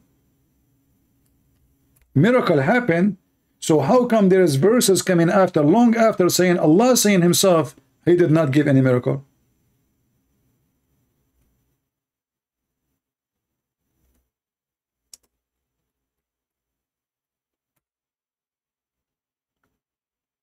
Chapter 17, verse number 59 as an example. Al-Isra. Just to show you the stupidity of this Quran. The same chapter is about supposedly Muhammad going to the moon or to the sky, right? And this goes in verse number 1. Verse number 1 saying, praise be to Allah, the one who took his slave to the heaven. Okay, wonderful. Then how in the world you say you're stupid? Few verses after, 59 verses in the same chapter saying you never did a miracle to Muhammad. Are you with me? Imagine I'm writing a book, and then in the first page I say, guys, today God, he took me to the 7th heaven. What an amazing miracle. And then in page number 59 say, my God told me he refrained from giving me any miracle. So how you do say in the beginning, in the first line, that you did a miracle by taking me in the top of a flying donkey, and the donkey, he was shied away from me, and then the Jibril, he scolded him, he shouted at him, says, shame on you, don't you know that this is the Prophet Muhammad, who is the most honorable person in the world? When the donkey, he don't want to, ride him. And then you say that Allah, he refrained from sending miracles because people don't believe it anyway. Which means even the Quran itself is not a miracle. Because if Allah is saying he refrained from sending miracles, and this is a verse in the Quran, that means the Quran itself cannot be considered as a miracle. Because the Quran says Allah, he refrained from what? From giving miracle. So imagine I am making miracle now, and I say to you, I refrain from making miracle. If the Quran is a miracle, well, Allah is saying a miracle right now. So how he say he refrained from miracle? Are you with me? Anyone have difficulty to understand what I'm saying? The Muslim, they say, another side, they say the Quran itself is a miracle, which is stupid. I mean, the one who knows Arabic, he will see how silly it is. If the Quran is a miracle, so how Allah, he say he refrained from giving miracle? Isn't it the Quran itself is a miracle?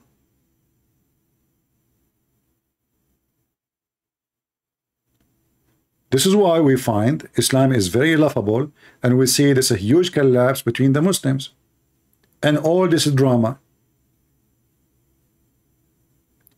Name for me one person the Muslim don't make a video against him.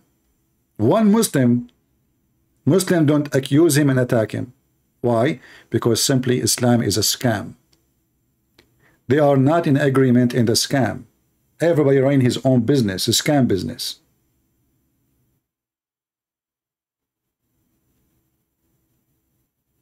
Mimi Hijab, he have whole pages in Facebook and Twitter just to attack Muslims.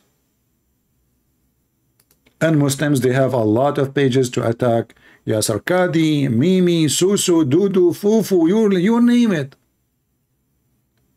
And you will notice that because those Muslims are so decent, extremely decent, brother, they even fabricate lies against each other to make each other look bad.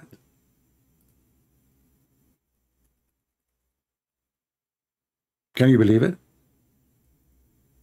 And this is one of the tactics of Muhammad Hijab.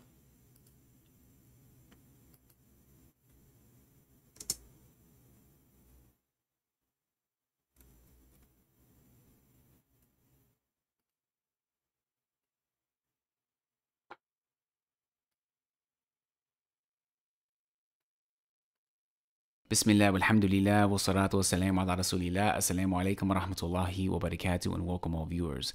Today we're going to be taking a look at this video that Muhammad Hijab posted entitled, Sajid Backstabs Again, Muhammad Hijab Responds. Now this video was not posted to Muhammad Hijab's main YouTube channel, but rather it was posted on a YouTube channel called SP Files, which has 161 videos, and it says that this channel will unveil the extremism of Salafi publications and its affiliates. So here we have an entire channel filled with videos from both Muhammad Hijab and Ali Dawah where they are refuting Muslims. They are making videos against other Muslims. In fact, that is the entire purpose of this channel. But before moving on, let's talk a little bit about Salafi publications. For those of you who aren't familiar with it. So all the videos here, they are attacking each other and speaking about how they do bully. They bully each other in the city of Medina, city of Mecca. They once were. But that brings me to Muhammad Hijab and Ali Dawah. Now that we know a bit of the history of S-Pubs, if we analyze these two individuals, then we'll find that the tactics that they use are ironically similar to the tactics that they criticize S-Pubs for.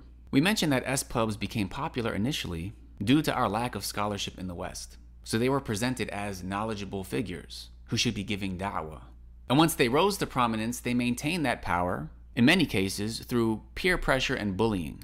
Now, if we look at Muhammad Hijab, how did he rise to prominence? He did so by presenting himself as an intellectual who should be giving da'wah in the West. And just as we said Salafi publications had some good with them, there's no doubt that Muhammad Hijab and Ali Dawah both have some good with them. Muhammad Hijab is a skilled debater. This is what the Muslims they do. They in the beginning they praise you and then they give you a screwdriver after a second. You just say they are bully. So what do you mean they're good on them? So this is what the Muslims they do to each other. Mimi Hijab, he says the same. He screwed this guy, he humiliate this guy, he shower him with dirt and poo-poo, and then he said, but you know, there's some good thing about him, by the way. There's an idiot in the chat, he said the following. What is the idiot? Hold on. I will not block you, by the way, you are welcome. I don't know what this name is, it sounds like a train. Islam might be that have thing that is incorrect, but CP is a pretty bad Christian teacher. He is not born again yet. He has not fully forgiven, truly forgiven. Shall I forgive Shaitan, brother?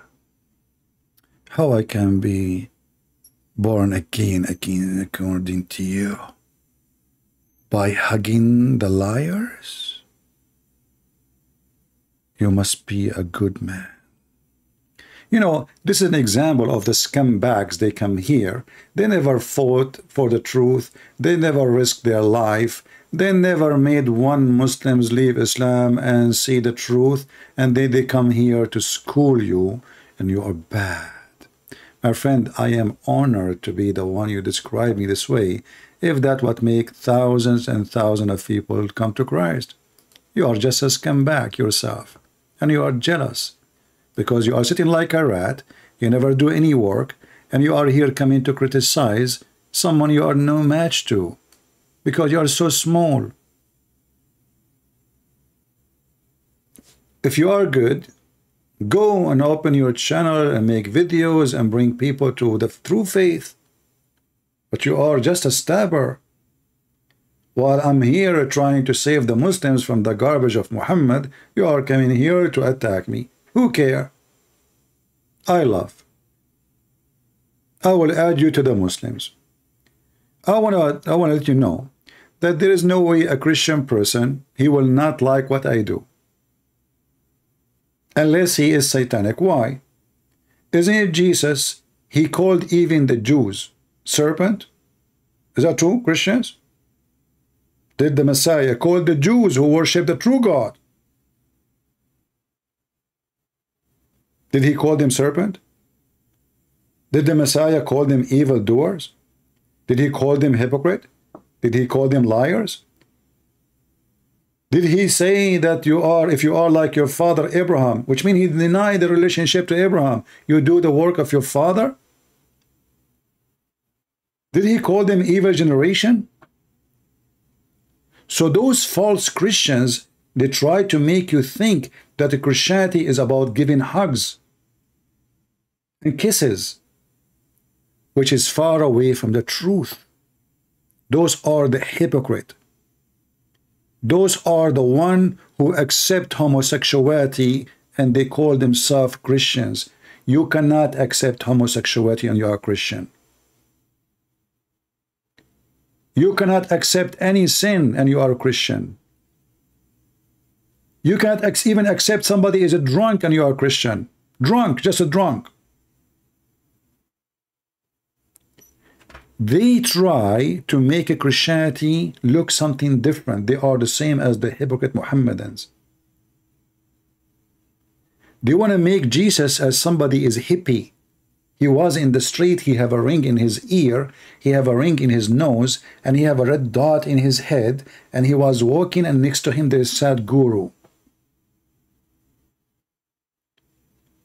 They want to make Jesus as a yoga teacher and sit down and relax. That is far away from Christianity. Those are false, evil people.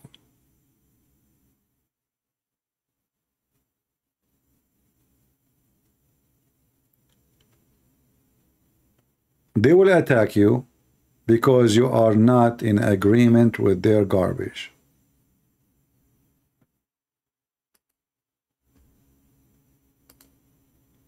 Fornicators, liars, cheaters, drunken, homosexual, all, I mean, First Corinthians, go and open it, and you will see. They don't go to heaven. But they don't want to read those in the church because they are hypocrite.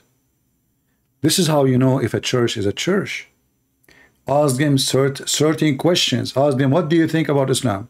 If they start saying we have the same God and they are from Abraham, the second the priest he said that to you, he is the priest of the devil. Get out. Ask them second question about homosexuality. If they say God love everybody and you know blah blah blah, blah, he avoid giving you the answer. This is not a church of God. Leave it immediately. The Bible says anyone who brings us other than the scriptures, let him be cursed. Do we agree? Anyone who brings us other than the scriptures, let him be cursed. So we follow no man, we follow the scriptures, which is God.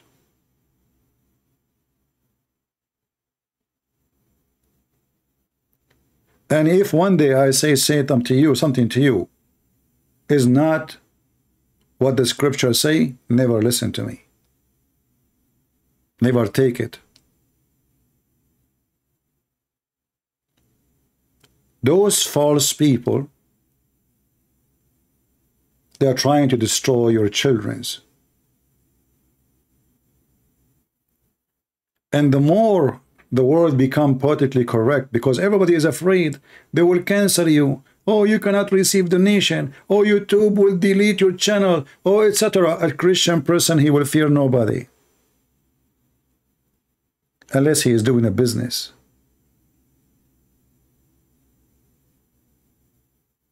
They cancel me. Do you see I have only 100,000 subscribers? Do you know why? Because I keep losing my channels. I should have millions by now. Many millions.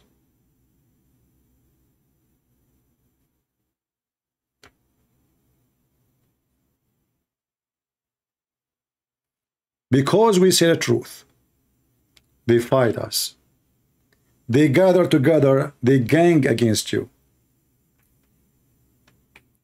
They flag your books, they flag your videos, they flag anything trying to cancel you just because you say the truth. And yet they claim that they are people of democracy and they are people who support the freedom of speech. And the second you say the truth, they accuse you of hatred. But we never teach hatred here. Never.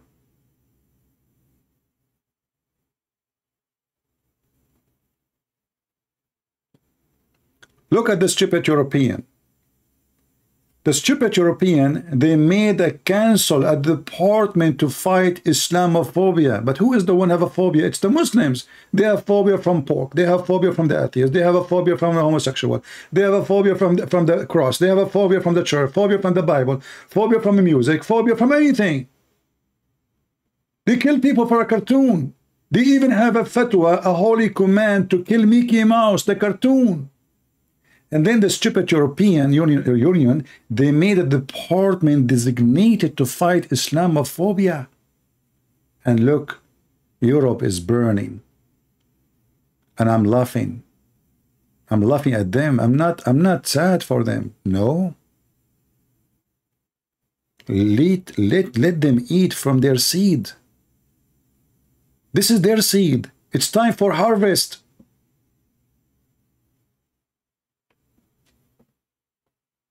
We warn them non-stop every day. And then what they do? They call you names. They call you Islamophobic. They say you are a hating person. You are teaching hate. But we never did so. We are just saying the truth. And those stupid, they keep bringing more people who hate them to their land. And who is going to stop them now in France? There are millions. The only way is civil war. This is how stupid those French people. Paris is not Paris no more. France is not France no more. Germany is not Germany no more. Go and see what they have. They do not know what they did to themselves because they did not listen. As the Chinese, they said, he left as a donkey, never come back as a horse. You cannot make a donkey a horse. Can you? And most of European today is in the stage of donkeys. And now if they are saying to me, they just walk up, they're too late. How you want to fix it? Make me the president of France. I will fix it in 24 hours. Very simple. Anyone will be caught burning a property of somebody else. Doesn't matter, he's a Christian, Hindu, Jews, anyone. Anyone will use violence in his protest, will be stripped from his citizenship, will be kicked out of the country, will be sent back where he is coming from. You will see every single one of them will behave, will never do that again. And make it a law for everybody. It doesn't matter what his religion. He's a Christian, he burned a car, kick him out of the country. He's a Hindu, kick him. He is a Muslim, kick him. You cannot build a country when you have a potato in the office.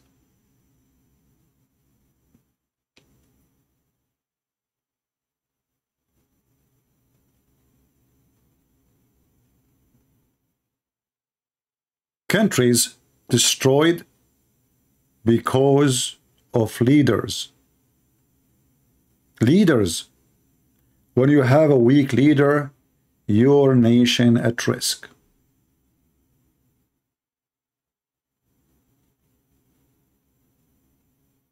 And this is the truth. Look at the stupid Israeli. Today they launch an attack on Jenin. 2,000 soldiers to kill what? 7 terrorists. But in this town there is 70,000 terrorists. So what you did? Nothing. Nothing.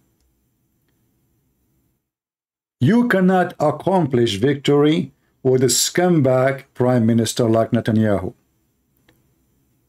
The Jews will never have flourish life unless they have a king. His name is David.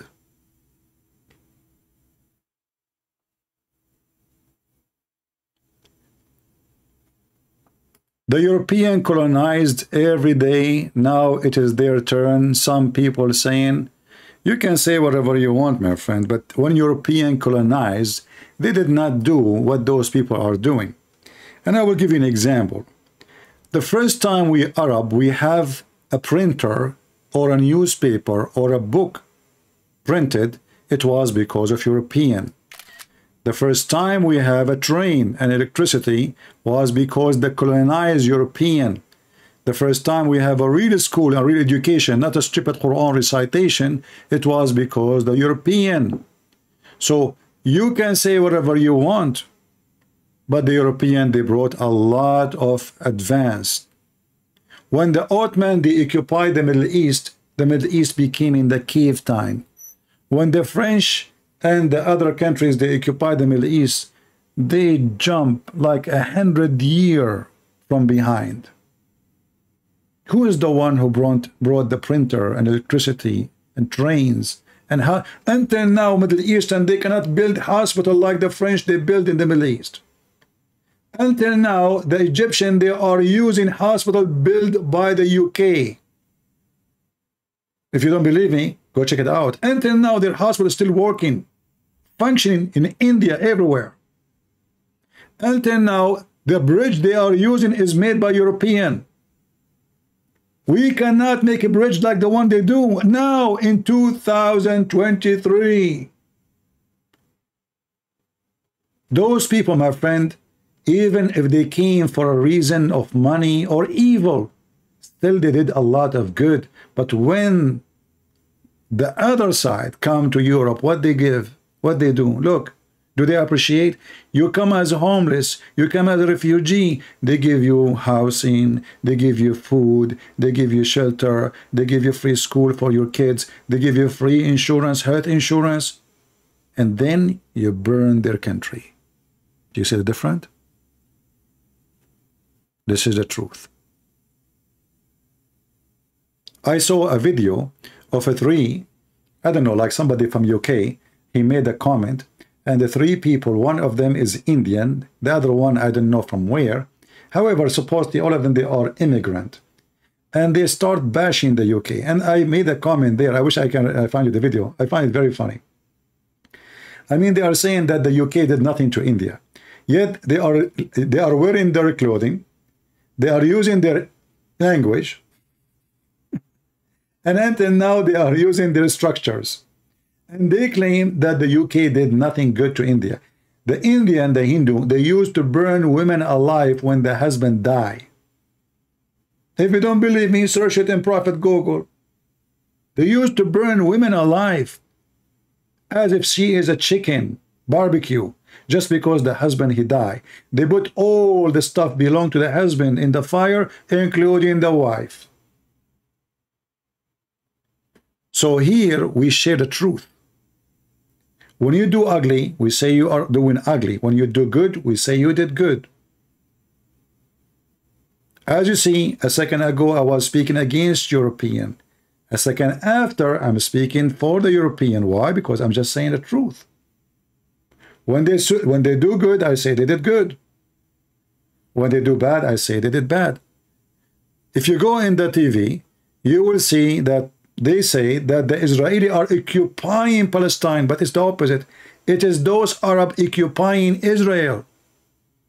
This is the truth. Even the Quran says so. Imagine if the one who have the army of Israel is the Muslims, what they will do to the Jews. Imagine if the one who they are Palestinian is the Jews now, the situation changed. And the Jews and Hamas are the government. And they are the massive army. What will happen to the Jews? Do you know the answer? Don't you? They will slaughter every single Jew in one day. This is the truth.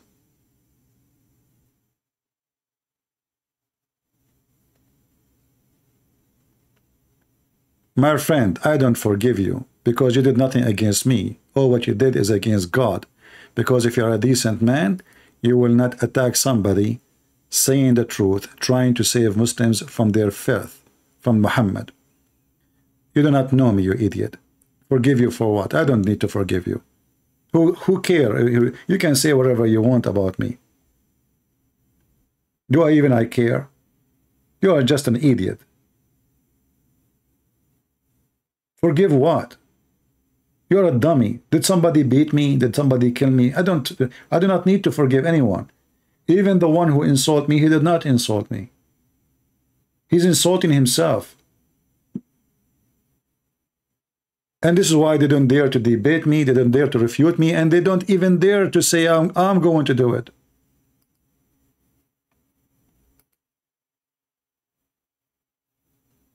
Somebody's saying he is a Muslim. Let us see.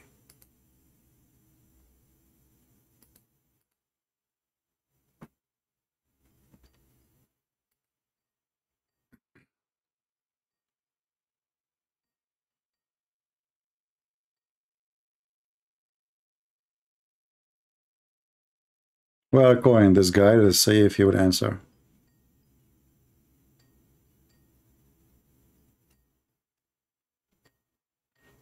Anyway, maybe he's not answering.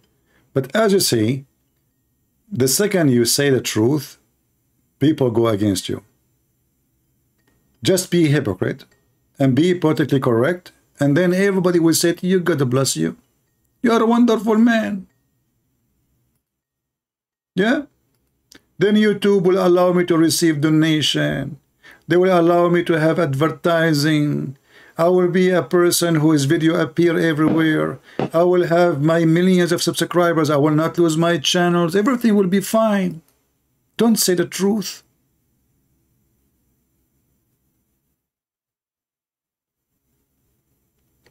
Say what you want about politics, but don't say anything bad about Muhammad. My friend, you just said, don't say anything bad about Muhammad. That means you just say that Muhammad is bad.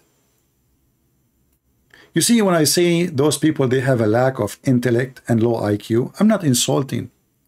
Because when you say to me, listen, don't say anything bad about Muhammad, that means you admit it and you agree that your prophet is bad. Because how I can say something bad about Muhammad unless he is bad? What about you call me Muhammad Rising? I don't know what your name means. Are you saying to me Muhammad is coming from his grave? That doesn't match, my friend. He's dead. The only one he is risen and he is above is the Messiah. Change your name. It doesn't fit Muhammad. Same time, I'm not the one who said your prophet is bad. He said that. Isn't it him who went to his own son, wife, and he flirted with the wife when the husband was not there? And he claimed that Allah is the one who made him do that. And then he made the verse in the Quran saying Allah told him, why you are lying and hide that you want the women in your bed? This is not my words, it's in the Quran. Huh? It's your Quran saying Muhammad is bad. Prove me wrong. Would you?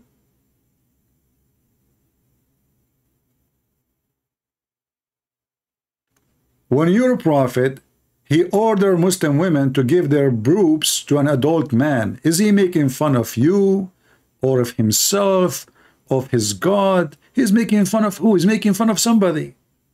What kind of a prophet he ordered your mother to give her boobs to the neighbor? And yet you Muslim, you claim to be conservative. Can I visit you?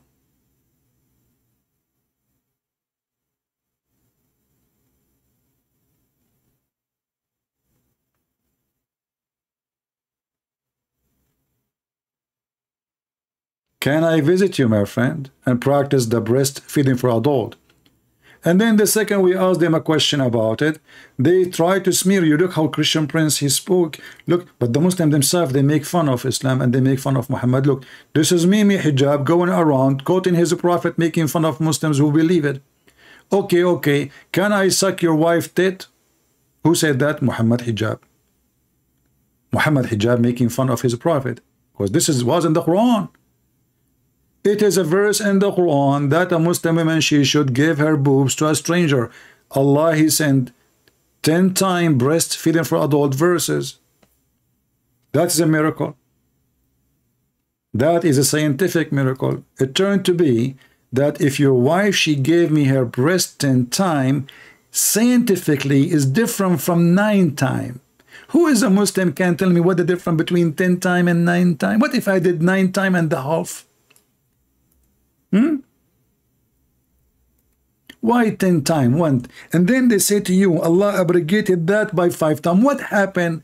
So scientifically it was 9 times, and then Allah, he add some drop of some medicine to it, and he made it 5 times. Why Allah, he changed his mind between 10 and 5? 10 times breastfeeding, now 5 times breastfeeding. But where we can find the 5 times and the 10 times in the Quran? Here we go. The Muslim, he could not answer me. He called me evil. He was the drama. Can he answer me? No. You're evil. May Allah kill you. May Allah make a train go over you. Train is coming to you. Okay. You remind me of your prophet. He kept praying to Allah and nothing happened. This is from God. And where is the verses? Where is the verses came down in the Quran? Where we can find them? What the Muslim they say? The goat ate it.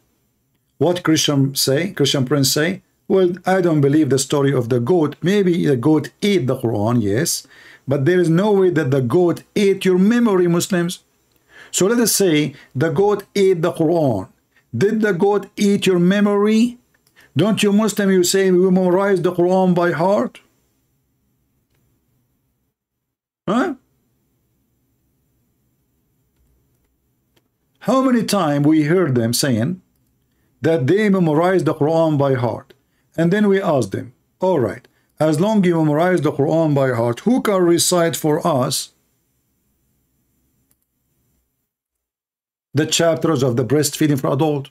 They say to you, the goat ate it. Okay, my friend, the goat ate the paper. He did not eat your memory. Are you sure this was a goat, not a Trojan horse?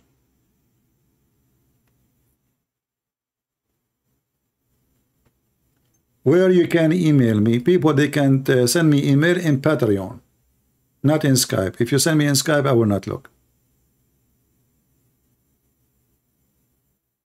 Any Muhammadan? This is how the Quran preserved. And this is in your book. And Aisha, she ordered her sisters and her nieces to give their boobs to anyone who want to attend to her.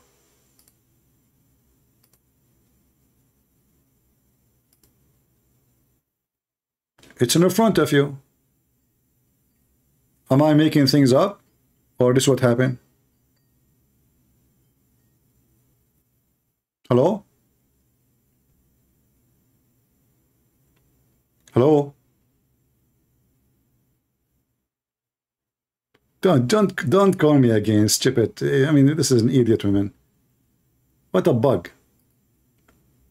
Running away from you, you are an idiot. The same woman again.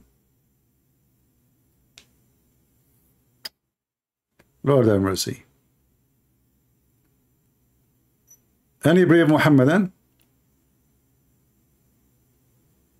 And now if I ask her about suckle me, the Muslim, they will say, see, he is speaking to Muslim women about suckling her boobs. Is that from God? 10-time breastfeeding for adult? Adult, a strange adult, not like, I mean, listen guys, even if it's your mother, I mean, who of you is a man will accept to sit in his mother's lap and suckle her breast for what?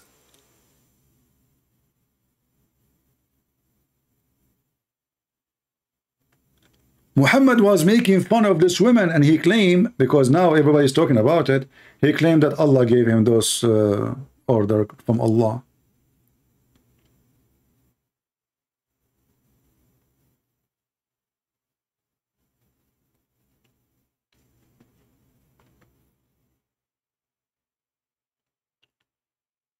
Anyway, obviously we are out of customers and nobody is calling. So I hope today we have a good time with the strength of Islam. Don't forget to download the video and share it with your friends. And maybe next time we go live, we will find some Muslim who have some intellect. Because all of them, they have intellect. Intellect, intelligence. And this is why they believe there is a God who make their penis endless, which is true. And their penis will never go limp or wimp, and they will have unlimited supply of laser shooting, not even semen. Hey Muslim, do you know that in heaven, Muslim, when they have orgasm, they don't have semen? So what you shoot what? I mean, what's wrong with this, Muhammad? So now you are having sex, and now you are having orgasm. So what will come from your private part? Pepsi Cola?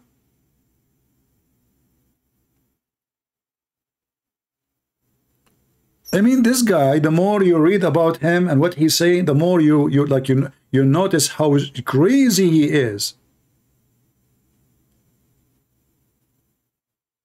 Even your gun in heaven is shooting blank. Once, you know, I was saying, a Muslim, he says, how much you know about Islam? I said, hey, you know, ask me anything you want. And then I made a challenge. I said, okay, give me 3 words in the chat and I will give you a story about it from Islam with the reference. So the guy, he decided to make it impossible. So he said, okay, tell me a hadith about microwave. And how in the world you will find a hadith about microwave? I mean, microwave does not exist in time of Muhammad.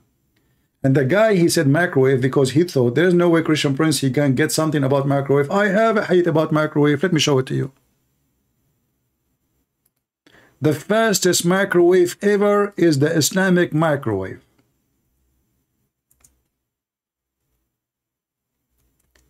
If a Muslim man, he wish to have a baby in the heaven, he will be pregnant and he will deliver it in less than 15 minutes. Have you ever heard of a faster than this microwave? The man, he will deliver the baby himself? From where?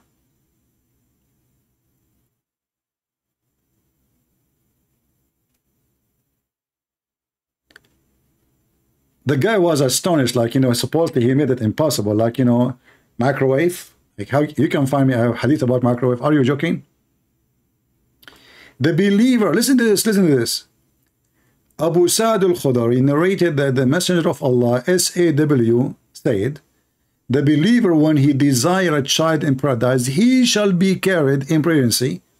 The Muslim, he will carry it. And he born complete in his aging as 1 hour as he desire. By the way, translation here of an hour is not correct, because in the time of Muhammad, the word hour was used to like a time of between 10 minutes to 15 minutes. This is what hour mean. Now the word sa means 60 minutes. But in the time of Muhammad, there is no such a use. So in 15 to 10 minutes, you can be delivering a child and you are a man.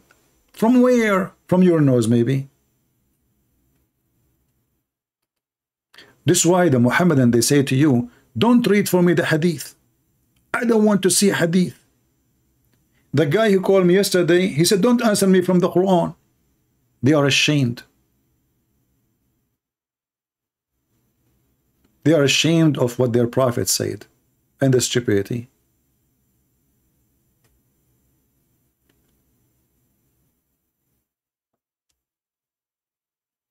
Yeah, I agree. This is a miraculous thing, you know.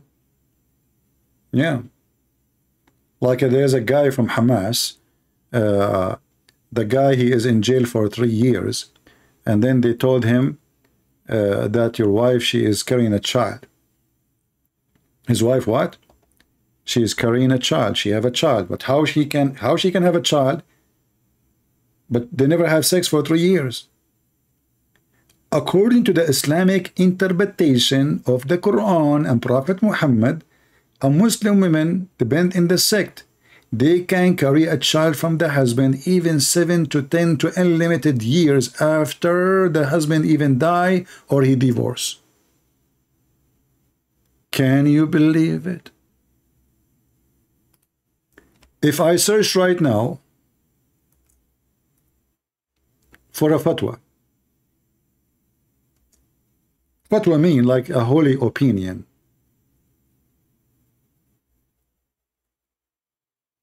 What is the maximum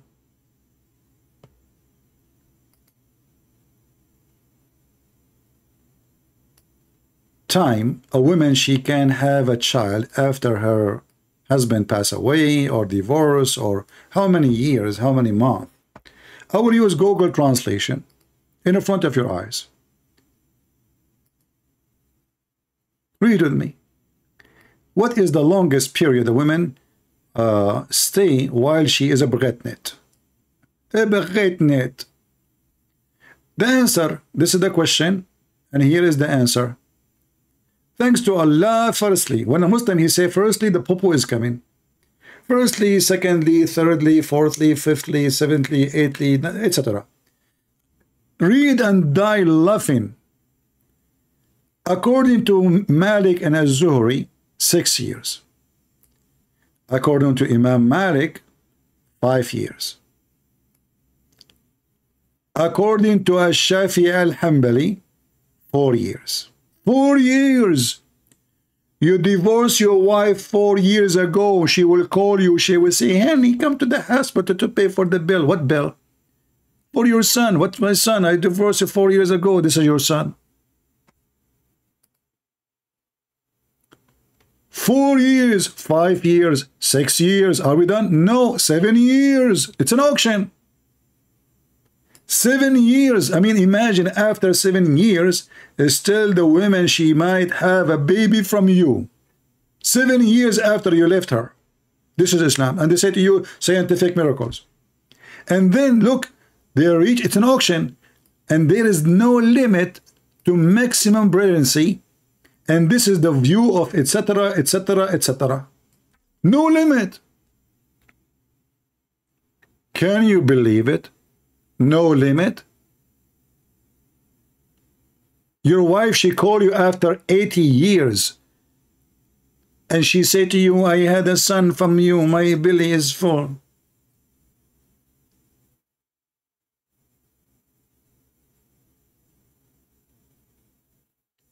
Can you give a link and also video shake? I don't know. What do you mean? What do you mean video shake? The one I was showing the screen? The one I was showing the screen is from Harun. Sorry, Hatun.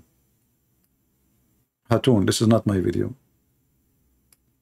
I don't have time. I don't make videos like, you know, I just go live. I don't even prepare for things, as you know. The video here, this is Hatun.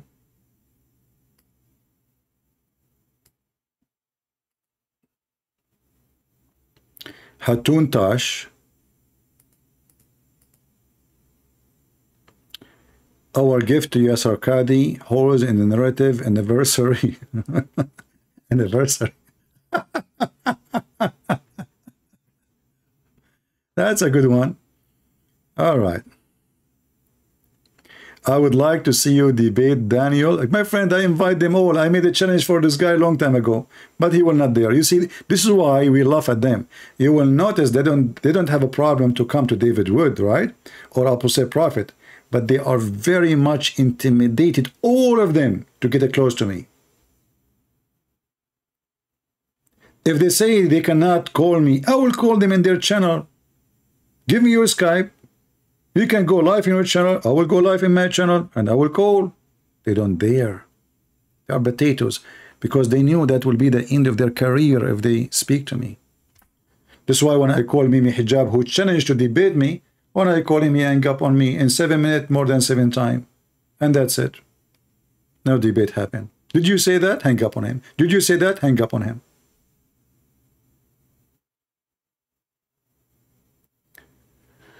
I was scared to debate you when I was a Muslim. You should not be scared to debate me, because if you are seeking the truth, I mean, what will happen? Either you find the truth, or you find me lying to you. You should not be fearing anything.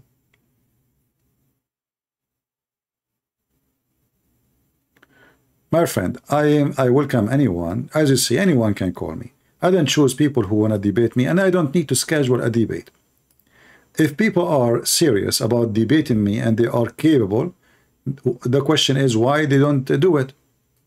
You know, how many Muslims they knew? A lot of Muslims leave Islam after calling me. So shouldn't those Muslims call so they can get this guy busted? Right? Isn't this their duty? How come they want to debate Apostate Prophet? How many times Lili Da'wah and Mimi Hijab, they spoke to Apostate Prophet? How many times even they ambush him? Ambush me. How come they don't get close to me? I want to know. Shabir Ali, he debated every one of them. ABN TV, you know, they supposedly schedule a debate between me and him. I told those people in ABN TV, don't tell them this is a Christian prince. But those people, they are in. I mean, Christians. They told him. The guy, after they told him, he went to Amazon and he bought my book.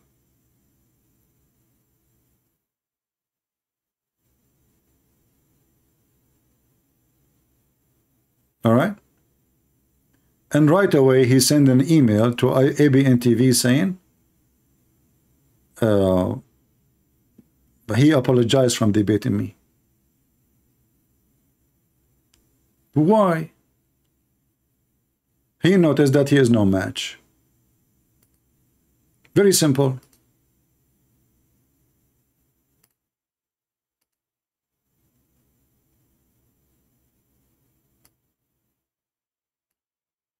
If it is apostate prophet, he will be there. If it is David Wood, he will be there. If it's a Christian prince, he sent an email saying, well, you know what? I am doing my PhD. And since then, he is doing PhD. Since then, his PhD never finished.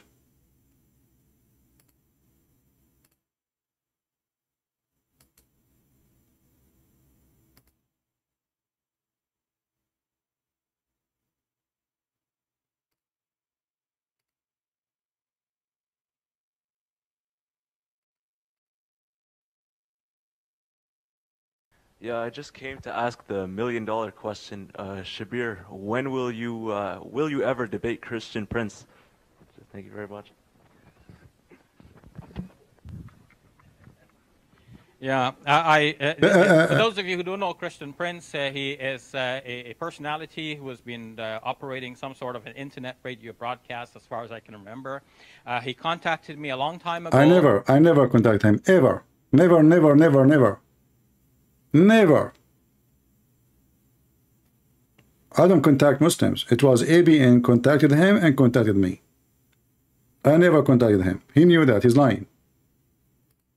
Asking if I would debate him, and I said yes. And then eventually I bought his book. And then after he bought my book, he noticed that he is no match for this guy. I mean, what he have in his book is a disaster. What if he asked me a question from the book? You know, you notice that after he bought my book and then he searched my name, he decided to apologize. He never apologized from any except me. The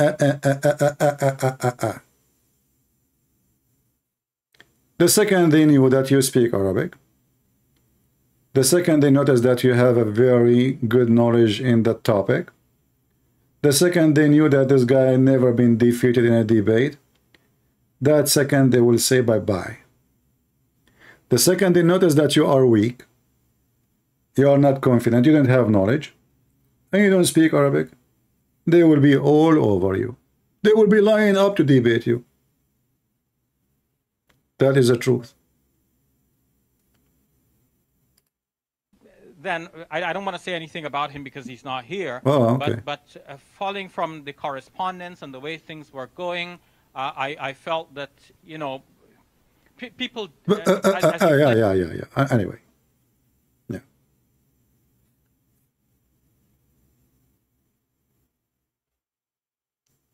Yeah. What if I ask him a question from my book? My book. He have it now, right? He will study it. He will not be able to answer. When you read my books, you will notice that there is a treasure of information there. Information you never heard before. And I'm sure he himself, he was astonished. Listen, when you see Muslims reading my book, shouldn't they make videos, tons of videos refuting me in my book? Shouldn't they? Nada. I have thousands of disasters in my books. Not a single Muslim dare to open a page and say, look what he is saying. Actually, there's one, Potato. He made a video about my book, Sex in Allah, and he says, we cannot find this hadith. And then it took me 2 minutes to get them busted, all of them. Fifi and her sister, I don't know her name, you know, and I found them the hadith. They said it's not exist. Ha ha ha. Where is that hadith? Ha, ha, ha. We can't find it. What an embarrassment.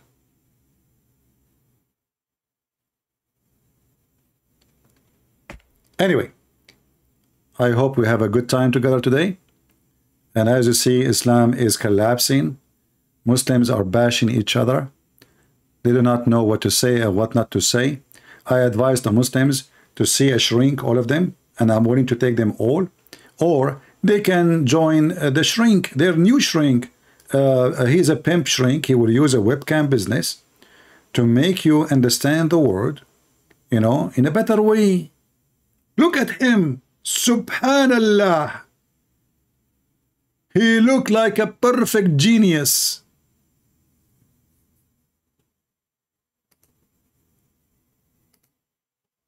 And you can visit him in jail very soon after. You know the thing, right? I mean, don't forget to send them halawa to the jail, huh? Yeah. Look at this video. No, but you're human. Hatun. I mean, I like their videos. She makes short videos, actually. They take time to make them, by the way, those videos. She's doing good with those videos. Look at this video. Look at this idiot. Trafficker by the lover boy method. I said, what's that? It's where you pretend to love them. So what, being nice? Guys, he's being nice. He's being nice to the girls he is sleeping with. He's making them open their legs for the camera, making millions of dollars. He's being nice to them. I mean, you see the charity? Do you see the nobility? Do you see how noble he is and how they are biting his charity work? The pimp camera business was a charity. Helping them, being nice to them. Disgusting girls. Disgusting. No, but you're human trafficker by the lover boy method. I said, what's that? It's where you pretend to love them. So what, being nice? So I was nice to some girls 10 years ago? Is that my crime? Maybe I did love them. But we're not together anymore, so what? I pretended? Who said I pretended? Prove I pretended to love. Prove it. And then what did I pretend to love them to achieve? I was all about trying to get paid. Like I used sex as a tool to make women love me so they'd obey me and live in my house to make me money. So yeah, on corporatetape.com I have my PhD program, and that is PhD is a pimp and hose degree that I'm. Who said I pretended? Prove I pretended to love. And then what did I pretend to love them to achieve? That teaches basically how I got girls, how I met girls, how I got girls to like me, how I got girls to fall in love with me to work on webcam for me. 2433. Okay, so basically it's saying... Go back. Do you have a proof of it? I mean, do you see? I mean, you cannot debate the Ali Dawah because the Ali Dawah will refute Ali Dawah. Ali Dawah, God can't be inside his creation. Then Ali Dawah make a video says, God can be inside his creation. I mean... those people, nobody can debate them because they debate themselves, they debunk themselves. And this is stupid. I mean, this is how smart he is. He's saying, prove that I did that. What is the proof? This donkey, he forgot all the million videos he was posting bragging about how he fooled women. Can you believe it, how stupid he is? And this is the smart one who will make you have a good future? My friend, you might get rich, but doesn't make you smart. Because what your richness would do if you are going to spend the coming 25, 30 years in jail. I don't want the millions of dollars. If this guy now he go to jail, the punishment between maybe, I don't know, maybe 10 years, maybe 18 years, maybe more, we don't know. You go now 35. He's 35 or 36, something like that, right? You leave, you will leave the jail and you are 56 or 50 years old. Every day in jail is priceless. Freedom, my friend, is priceless.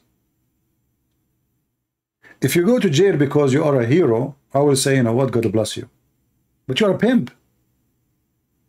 The accusation itself is a shame, and you are confessing your crime. What the money will do to you. This guy, he thought that his money, he went to Romania. He said why he went to Romania? Because he will bribe them. He said to himself, this is a corrupt country. Imagine what a judge will do when he see $100,000. A Romanian judge. Man, he would worship me. He never thought he would come to this. And all of those things he said in his videos. And now the stupid, he is saying, what is the proof that I did play the lover boy tactic, which is listed in the human traffic of European Union? The human traffic, there's sanctions about what a human trafficking mafia they do. One of the tactic they use, very famous one, is the lover boys. Either they hire young men who they are good looking to go and search for girls in the internet and date them and buy them expensive bags and dresses, restaurants, a holiday vacation, so they can use to luxury. And then he say, well, I'm out of money. You know what? I have a friend. His name is Andrew Tits. He want to help. Oh, what you need to do is just go to the room in his villa, open your legs. A lot of money will come. This is what they do. And he himself, he confess in his videos about what he's doing. By the lover boy method. I said, what's that? It's where you pretend to love them. So what, being nice? So I was nice to some girls 10 years ago? Is that my crime? Maybe I did love them. But we're not together anymore, so what? I pretended? Who said I pretended? Prove I pretended to love. And then what did I pretend to love them to achieve? I was all about trying to get paid. Like I used sex as a tool to make women love me so they'd obey me and live in my house and make me money. I use sex as a tool to make women love me and obey me, so they live in my house and make me money. That statement will cause him at least 10 years in jail. Just 15-second statement. 15-second statement. This is how stupid he is. He go and do public interview bragging about what he do. And now he is saying that they are accusing me because I told some girls to make a video in TikTok. This is not what you said. What TikTok? How much money they make in TikTok, they are saying now. What TikTok, you idiot? What camera business? They have hundreds of pages case for him, and he's talking about what? There's no proof. In the same time, many of the stupid, naive people, they think that this guy is conservative and he is against the woke culture. Why? Because he is against feminine. Only stupid people, they will see him as conservative. The same as a Trucker Carson. Those are scumbags. Conservative is not somebody against just the woke culture. Conservative is somebody, he is concerned about ethic. Who is this guy to be the one who is concerned about ethic? A pimp, a criminal, a man who used women, young women who never did prostitution before. And this is what makes it even more ugly. He bring girls they never ever had a prostitution business ever. He dragged them to this dirty garbage business just to make money. They are like cows for them.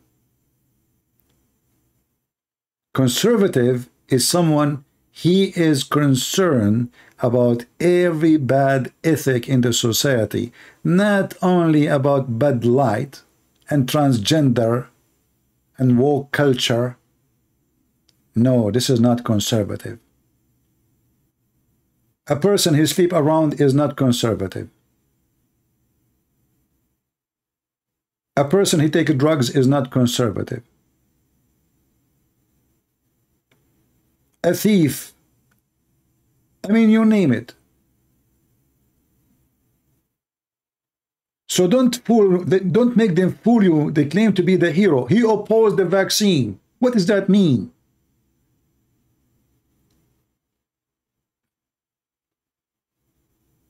There's millions of people oppose it, and that make you conservative. So there's many naive young men, they think of this guy highly because they are so stupid, ignorant. They don't see farther. They are just blinded by the this is why he buy those expensive cars, because those kids, when they see those cars, their saliva come out like dogs. They want to be rich like him. He take pictures and videos of himself with the beautiful girls with short skirts, and those youngs, 20, 21, 23, 25, they look what he have with him. Look at this sport car. This is €2 million car. Look at the girls around him, man. I want to live like this. And then he suck their money. He make you more poor. $300 to join his course. How much you pay me to join my course? Zero. If somebody want to help you, he will spend his time volunteer. He will not ask you for money. This guy, he have his net worth at least $300 million. Not including the real estate he owns right now in Romania. And the cars. Why he's charging $300 for a poor person who want to go and have a business? You want to learn how to be rich. Don't you want to help the young ones? Your fan, those are your fan. You see how helpful he is? After all the $300 million he have in his pocket, did he have enough? No. He want to make more and more and more and kill your children. And if your children, he like him, that because you are stupid, the father. You did not take care of your children. You did not teach them since young age not to listen to such a scumbag. Those cannot be our best example. Those are the worst example. Isn't it a very shameful that a pimp is the one who in a school society about ethic? Literally a pimp. It's not somebody accusing him. You know, he say he is a pimp. He announced it. He is a proud of, and he opened a course and classrooms to teach you how to be a pimp. How? By foreign women.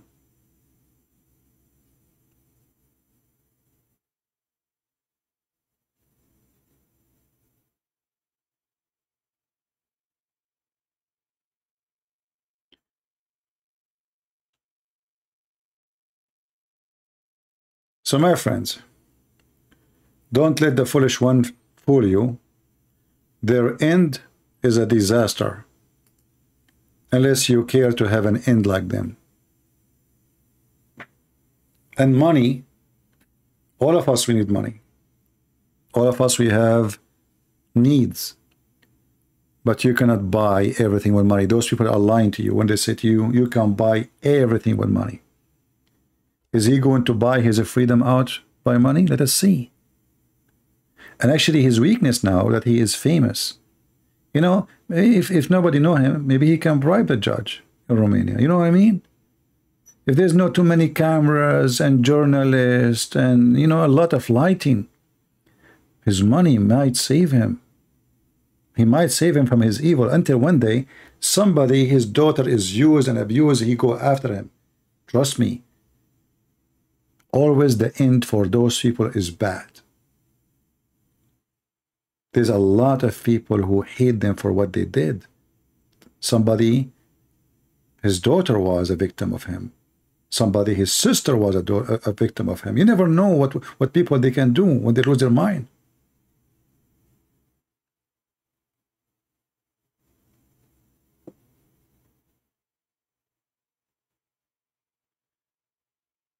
Do you play any video game? Is that really important? Is that a question now you ask me? Video game? Look what I'm thinking about and look what this guy is asking me. Do you play a video game? Lord have mercy. Do you think someone like me have time to strip at games?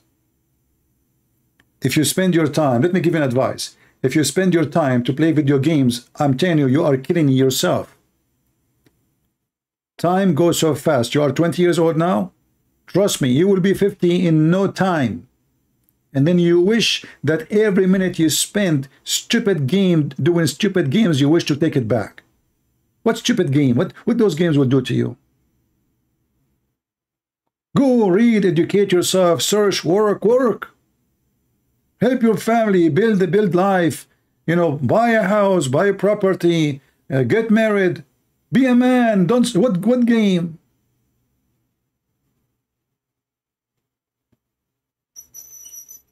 Game?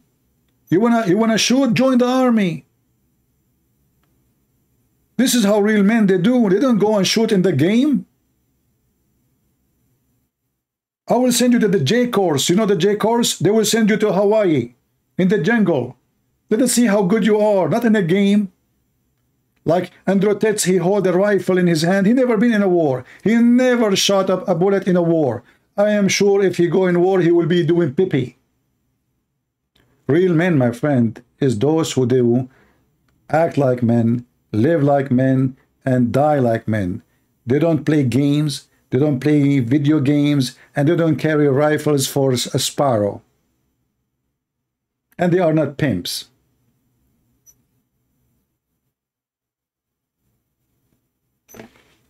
Don't waste your time. Advice from me to you, I'm not making fun of you. What games? Especially those who spend the whole day playing games. You lose your eyesight. You lose your money. Do you know how much those games they cost? Between the station, the computer, the TV, the equipment, the speaker, the headphone, the game itself, you lost a lot of money. So what you did, and not to mention how much time you are killing. When I was a kid, I used to walk at least 45 minutes just to go to the library to read, walking on my feet in the very disgusting, scary sun. Every day. Today you have the internet, you can find books you can read, nobody want to read, they want to play games. And when I arrived to the library, I want to go to the adult section where you can read real books, not Mickey Mouse. I was just a kid. I'm talking about very, like in the size of your leg. And then in order to get in the adult section where real books are, when I say adult doesn't mean porn, you know, I'm talking about like books for adult, not for kids. So I wait for somebody coming inside the library in that section, and I walk next to him. So the guy, the guard, he will think I am his son. So he will let me get in. Then he sit in the table. I sit next to him because I cannot go and ask for a book. And then people leave books in the table. So I grab any book in the table to read it. Do you see how difficult it was for me even to read books? And then after some time, they notice me and they kick me out because they notice every day he come and every day he have a new person coming with him. Anyway, so this is why there is people they wanna be shallow in life. They never learn anything. They have zero education. Education is not a degree. Education is not even a school. It's not a certificate. Education is you educating yourself, reading, learning, thinking, putting information together. Build your mind library, not a degree.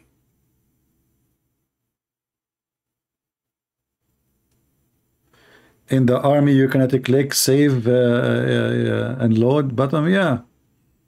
In the army, they were, you know, you see, the army actually is good for young ones because it train you how to be organized, to switch you from the spoiled, easy civilian life, you know, to very tough life, especially like depend where you go, like, you know, like I mentioned the J course, the one they do in the jungle course in Hawaii, you know, from 100 people, maybe 50 they will pass. So when you join the army, you change, you yourself, you change. There's a huge difference will happen in a few weeks. From a spoiled person who his mom, she come to his room, son, do you want tea? What do you like to eat for breakfast? To a drill sergeant coming and shouting in your head, stop, you stupid idiot, stand up.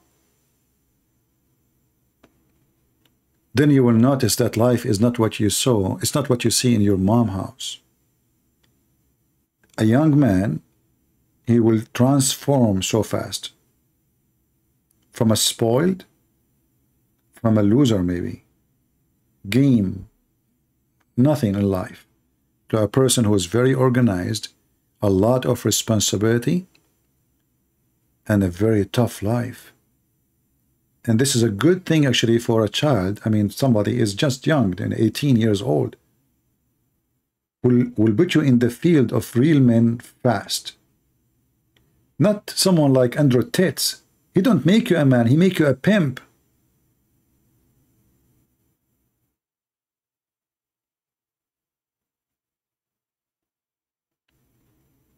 Can you make a video on Hamza Deen? Okay, I mean, I make video about everybody, but this guy is not worth it. He's just so stupid. I mean, the famous one, we are making them shish kebab. Who is this guy? No, they are just a stupid idiot. Anyway.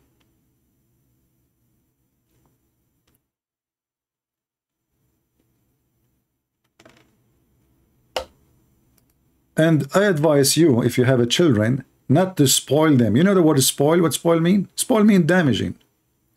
So when you spoil your children, you damage them. Make them work, even if they are young. The young one, tell him, go and cut the grass out. Let me see, I will watch you. Watch them to be sure they are not going to get hurt. Teach them how to work. Teach them how to make money from real work. Tell him, son, if you cut the grass, I will give you $5. Show him that he can make money by working. And show him that money doesn't not come easy.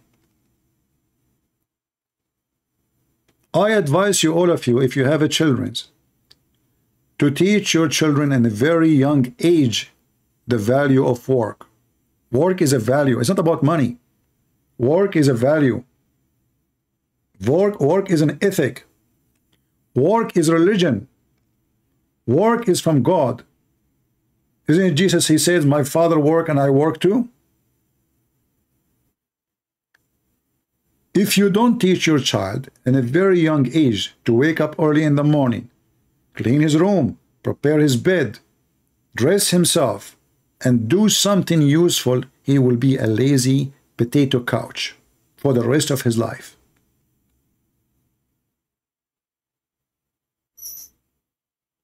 All unsuccessful people, they were spoiled children. You will notice that somebody coming from India, he is coming from a poor family, he become a CEO of Google. And somebody is born of a billionaire, he is a loser. It's true.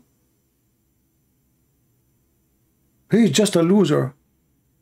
All the children, most of them, of those actors and artists and etc., they die from drugs. Those who they are coming from poor countries, they are more successful. Why? Because life was tough on them. They learned the value of work. They learned the value of working hard and making life good. They don't wait for life to give them good. They make it good. In America, I never saw, at least in my area, an Asian is begging for money or an Indian begging for money. But I see white people. I see African black people, American born. Why? How come a person, he come from the Middle East, he have a gas station? He's immigrant. He come with no money. Why somebody coming from India, he used to have a bicycle in India, and now he have a company. And then a person who is born in this country, black or white, he is begging for money in the street, sleeping in a tent in San Francisco. Something wrong.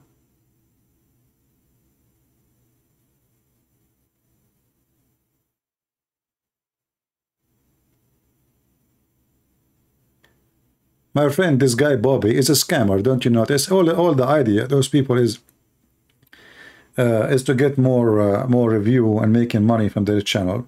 It's a business. This guy, he said that his wife is a Muslim. So how he converted to Islam? He is married to a Muslim woman since long time ago in Dubai. He said that in his video. They are a scam. You know, this is always a scam. And let us say he converted to Islam, and, you know, so the patriarch. Why those people are important for you? Who convert, convert. Who leave, leave. This is not our issue. The issue is the topic. It's not the person. Only if we are silly, we focus in the person. When I laugh at Ali Dawah, I'm not laughing at him. I'm laughing at Islam. If somebody convert to Islam, or maybe he did not convert, many people, they are doing it just for business. If you make a video says, I am an ex-Muslim, convert to Christianity, how many click you will have? None. I will give you an example. Sheikh Omad, how many people they go? Even I promote his channel. Yeah, a video he made a year ago, he have 3,000 views. If he say, I left Christianity and I converted to Islam, how many people will click at his channel? Because even YouTube will push it in the front. We know the business.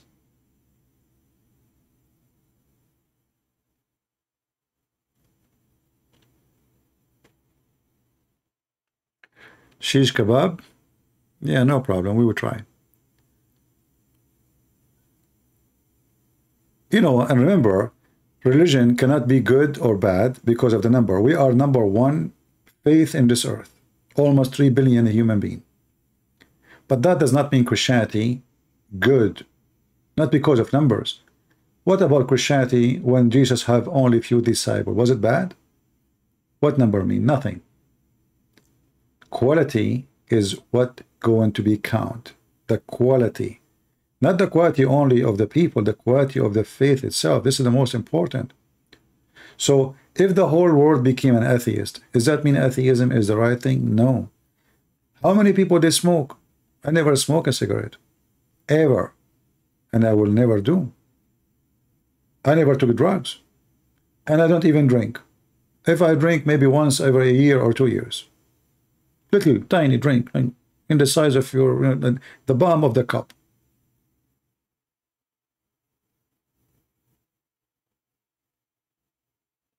So don't focus in silly stuff. Focus in what is important. Here we beat the topic, not the person. We don't care for the person. The reason I'm talking about this guy Andrew Titz, because many people, they consider him as a guideline for them, which is very dangerous. Otherwise, he's nobody. He's a pimp. I mean, it's even not be fit to me to talk about such a low-class person.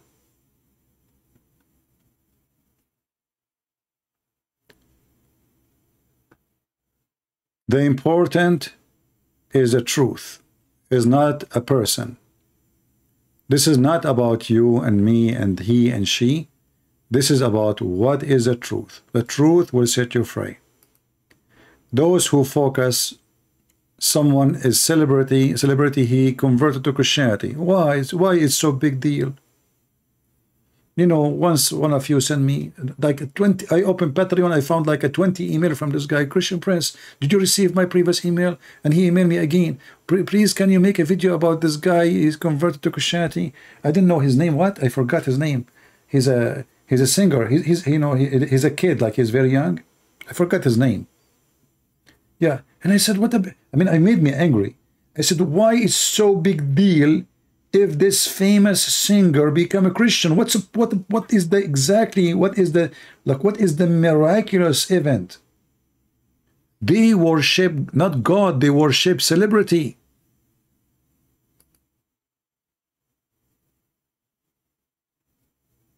Honestly, people, they don't care really for God, they care for a celebrity. Like, just tell them a celebrity he become. Justin, yeah, his name is Justin. Justin, the guy, Justin, and I searched for his name, he's a kid. I have nothing against him. But I mean, what is the big deal? So if this guy is not famous and he become a Christian, he is not important for you. They don't worship God. From both sides, Christians or Muslims or Hindus, they worship lights, celebrity. Put light on somebody and you will see everybody bow down. Pagans. People are pagans. What about somebody is poor, homeless in the street, and he accepted Jesus? Isn't him more important than a celebrity? No, he's not. We worship stars. What if this guy, Elon Musk, he say, I'm a Christian now? The whole world will talk about it. Why? Because he's rich. Because people are evil, worship money. People are evil. They worship no God, they worship money.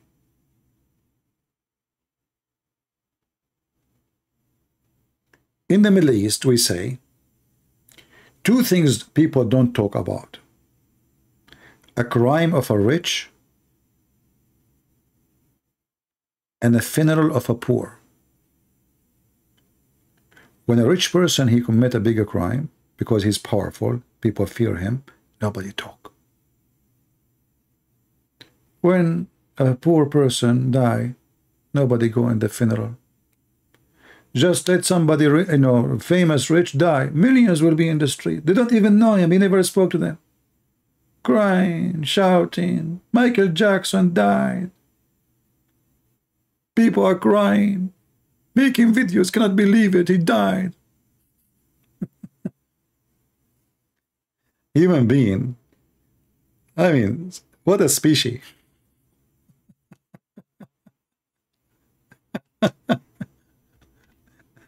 I don't mean to insult anybody, but just think about it and tell me if I am not telling the truth. Isn't it? This is the truth. This is the truth. If you are famous, everybody will be in your funeral. If you are poor, even your brother will not go there.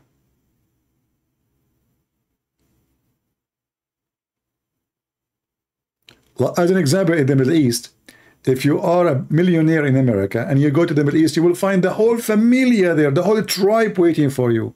If you are poor, nobody invite you. Nobody, oh, he came? Oh, okay, well, I was busy. Sorry, I could not see you.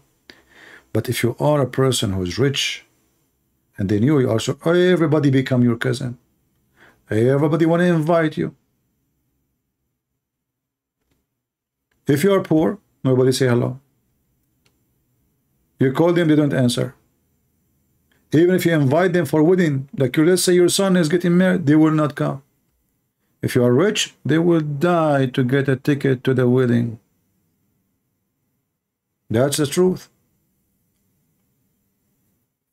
And many, they claim to be religious, and they have ethic too. A brother, he deny he's a brother if he's poor. Yeah. Especially in the Middle Eastern society. Very corrupt society, very ugly.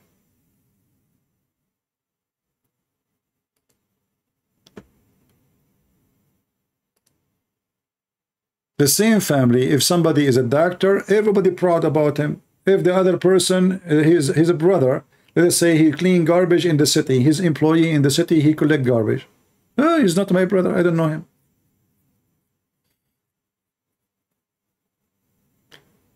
Yeah. However, at the end of the day, for us, appreciation is the key of happiness, is not how much money you have. If you appreciate what you have, you are going to be happy even if you have cancer. Do you know what cancer means? You are dying. You are dying. If you appreciate what you have, trust me, you are happy. And if you don't appreciate, it doesn't matter what kind of house you have, how much big the money you have, you will never be happy.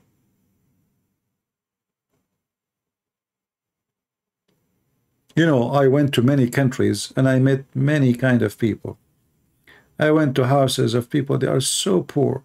And look how welcoming they are. You know, I mean, they welcome me. They have nothing. I mean, the house, there's no house. There's holes in the roof. The wall is like dark because they cook inside one room. I mean, they have nothing. And I found them, they are more stable than people who have cars. People who have cars and palaces and villas, they see shrink.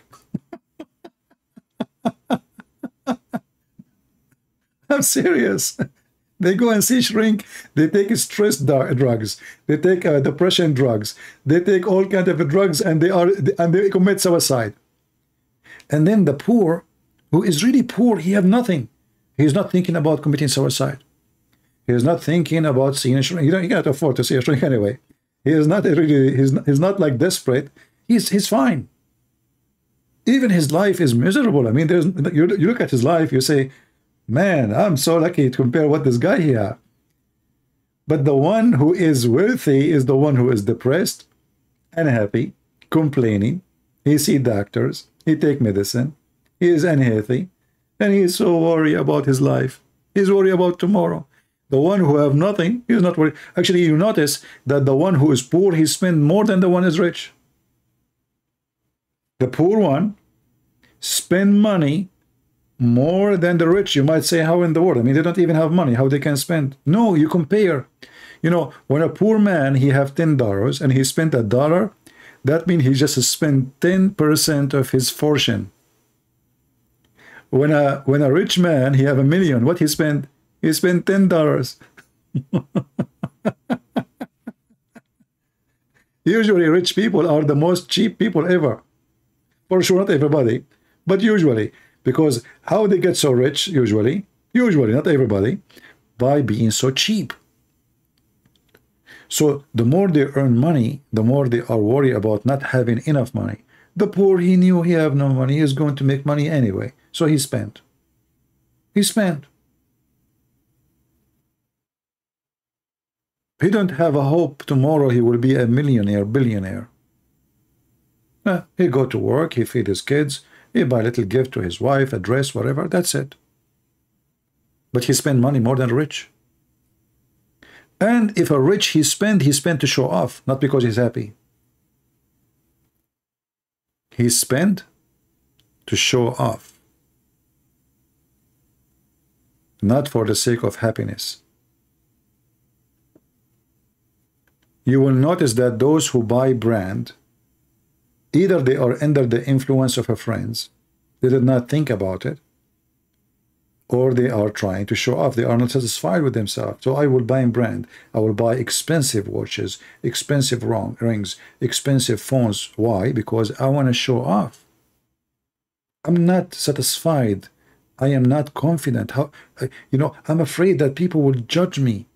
What I'm wearing. I will wear a shoe, $10. No way. I'm going to buy the most expensive shoe, but trust me, nobody is looking at your shoe. You look stupid with that. Who care about your shoes? And if a friend will offend you because of your shoe, show him.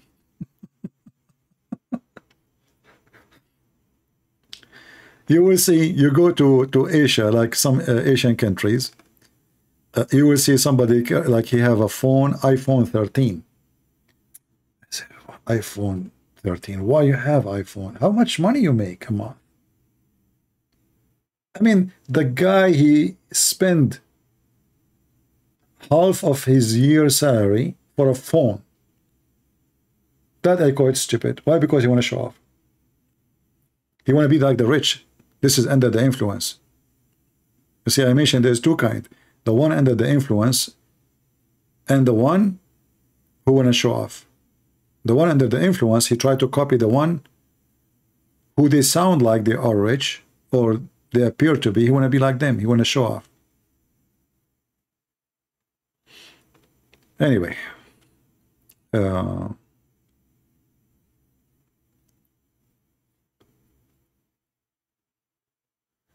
Your converts show correctly those thoughts and actions have become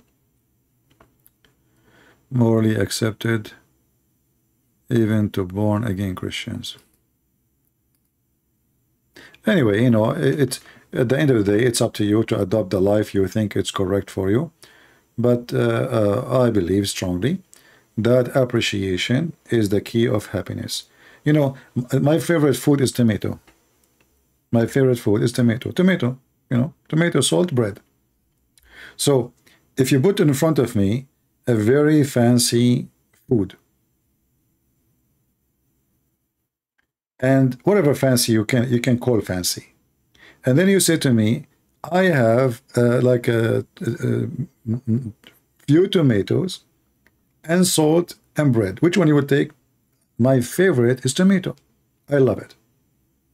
And I appreciate it. So when I eat such a, very humble lunch, I'm happy. I feel so good. For a very simple reason. I appreciate what I have, even though it's just tomato. I mean, many of you wouldn't say, well, I mean, how that even can be a lunch? Bread, tomato, little salt. This is a lunch. That's it. Yes, that's it. I love it.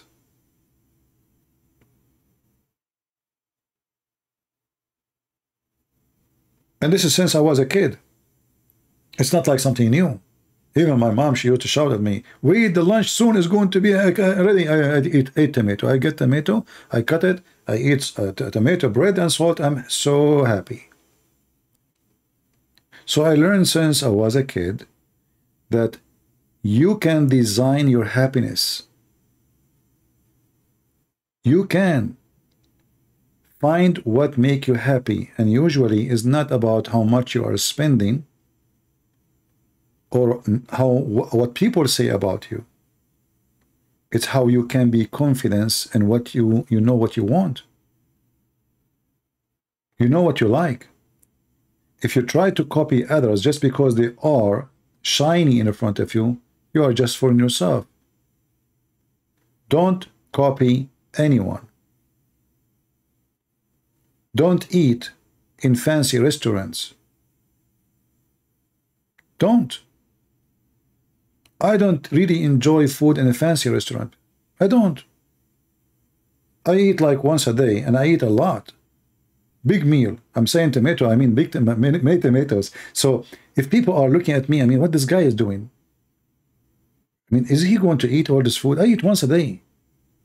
I don't enjoy it. And you know how much money I will spend in a fancy restaurant to fill my stomach? What is fun about it? So I prefer a very humble lunch, which is good for me, make me happy, I'm satisfied, and nobody fool me with a big bill for no food.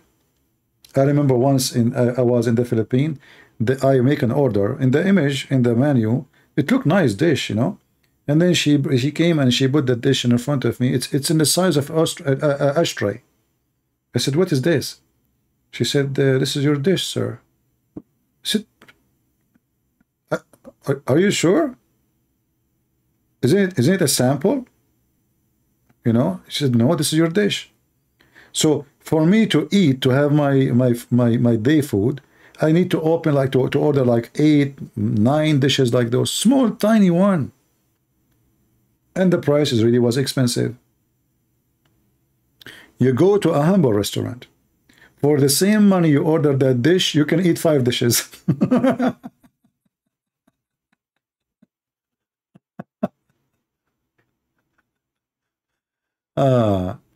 No, I don't like. I like potato, but it's not my favorite.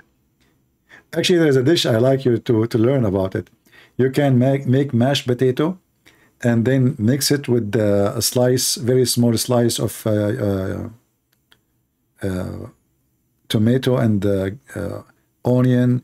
Add some garlic, some salt, and olive oil, and you will see how tasty it is with the bread for sure. This is one of my favorite dishes too. Anyway, it's not really what you eat, it's what makes you happy. That is what counts. There is people who eat the most expensive food and they are not satisfied. They are not even eating. They go there, they are sitting, they hold the fork. People are watching, they are just a showtime. It's like a social club. This is how I see a restaurant. I eat in a restaurant only when I travel because I don't maybe have a kitchen or I cannot even cook. So only this time I will eat in a restaurant. Otherwise, in my house, I never go, in my city, I never go ever to a restaurant. A Muslim that said that good verse that make him a Muslim is Surah 5, 8. Okay. Well, why you don't bring him here and then we can discuss what make him a Muslim? And I find it very funny that a person saying a verse made him a Muslim. That is the most stupid thing. So the whole Quran could not make him a Muslim, but a verse did. You know, it's like saying there's one screw in the car made me buy the car. You know what I mean? It's not the car, there's a screw. So obviously this guy is an idiot. So 5'8", what about 5'7"? It's not, Allah did not do his job? The whole Quran verses, Allah could not convince him except on this is a failure.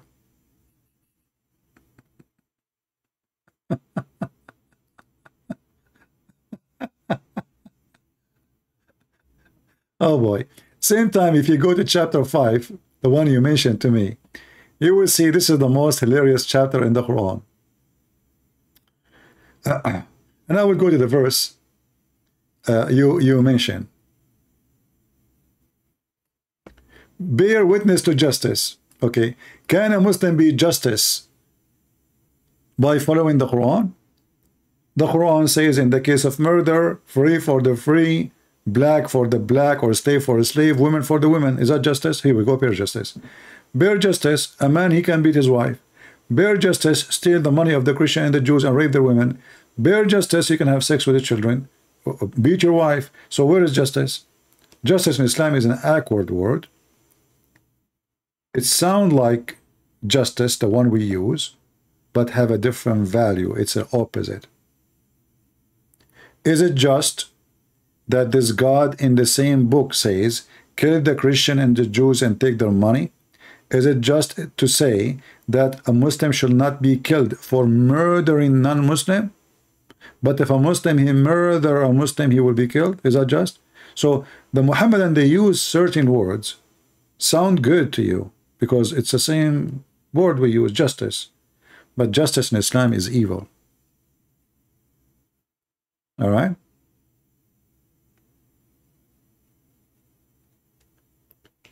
So only foolish one, he will say such a statement. Anyway, you know, you can ask him to call me. He's welcome. And I will be happy to take him. Let us see how he liked the Quran.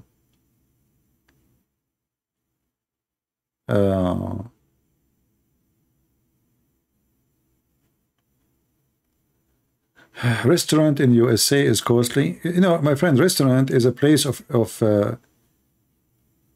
you go to a restaurant to entertain yourself, not to eat. It's not about food. People who want to spoil themselves, they go to a restaurant. In other way, you know, you are being lazy.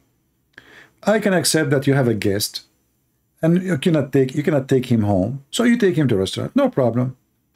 But or maybe you're a business person, businesswoman, businessman, you don't have time. Okay, this is a different story. Your income is so high, you don't have time for cooking and making food, then you go to a restaurant. But most of people, they go to a restaurant, it's not for the food. The food is not the purpose. It is a state of entertainment and luxury. You sit in the table, someone comes to you, says to you, what do you like to eat, sir? You love it. Now I'm being called sir, and there is somebody serving me. You pay for it, you know? And then you start thinking, and you look at this waitress or this waiter, and you start like, do you have, you know, it's like a time where a human being, he enjoy his ego, you know, like he is the master now. He is the one in charge. He have servants serving him. So a restaurant is not really about food, especially the fancy ones. It's about doing social, luxury style, showing off. You know, it's not about food. This is why the price you pay have nothing to do with the food you ate. You know what I mean? Like they give you, let us say, a quarter pound of beef, and then they charge you $70. I mean, is that the price of the beef, really? No.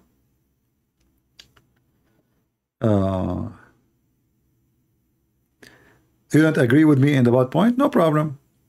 For me, I see that people go to restaurant, especially fancy ones, to show off and for luxury purpose, not to enjoy. Otherwise, you enjoy this. For me, I don't enjoy it. For me, I don't enjoy luxury clothing. I don't enjoy, and I never wear a suit, and I will never wear one. I never wear a tie, and I will never wear one. I don't dress as people want me to dress, and I don't care what people think. I have an old car, and I don't care if people like it or not. And I'm happy with my life. People are different.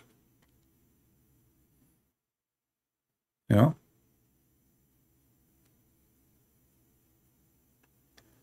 People are different.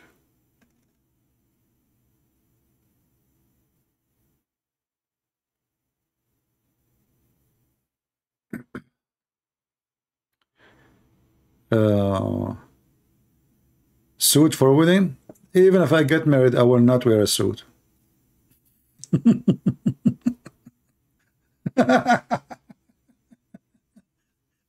I mean, I did wear a suit long time ago, and this is why I don't wear it, because I feel like I'm in jail.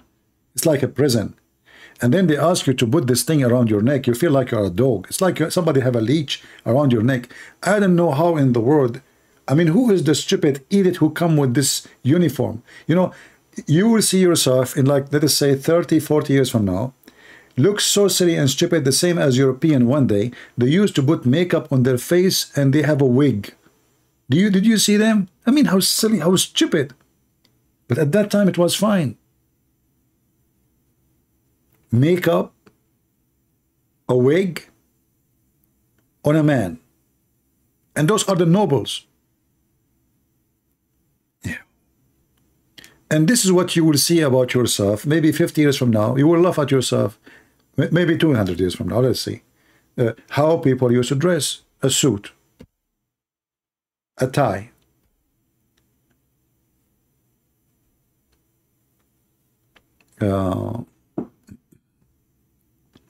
My friend, I answered you. I said, okay, I will make a video once. We will see about the shish kebab for Muhammad. No problem. I answered you. Do you wear like al-fadi? No, I like to wear casual. I don't dress any formal dress.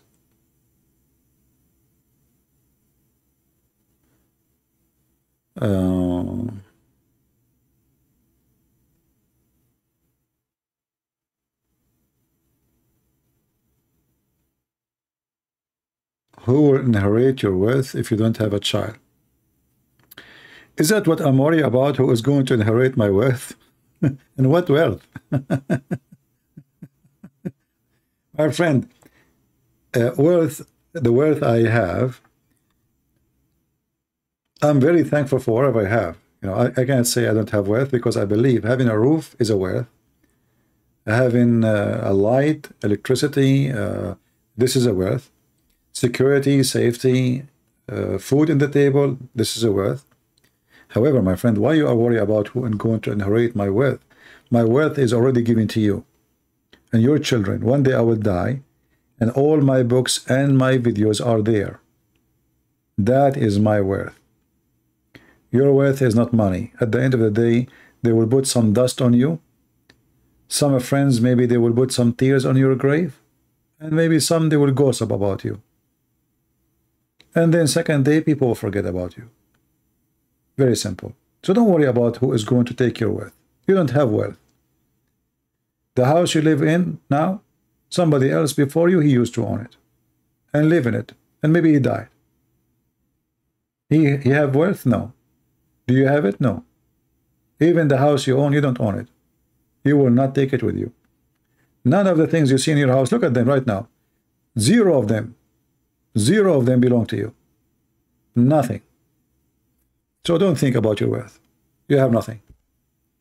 The only thing you have is the work you did through your life, and how the Lord will remember you, your name. The Lord, he said, from their fruits you shall know them, not from their wealth. Why I want to worry about who is going to take my wealth, if I have any?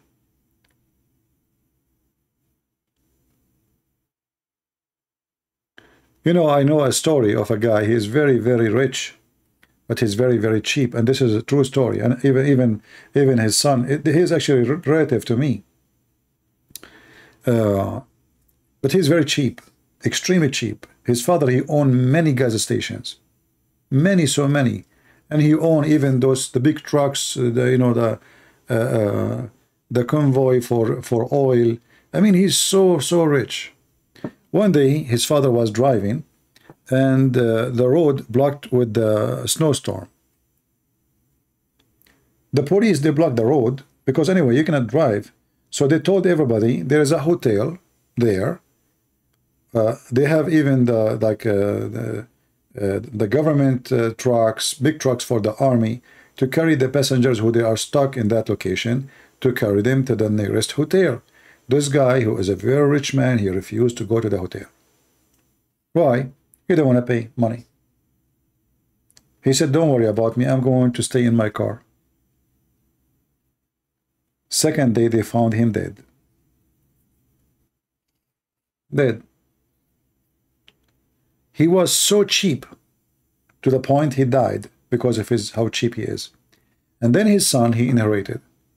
His son, he changed car every few months. He spent like crazy because his father was driving them nuts about how cheap he is. He don't even allow them to bring friends to their houses because they don't want to serve coffee. Madness. And then he died like a rat. All the money he saved is gone to his son, and his son is spent wherever he go. He's the opposite of his dad.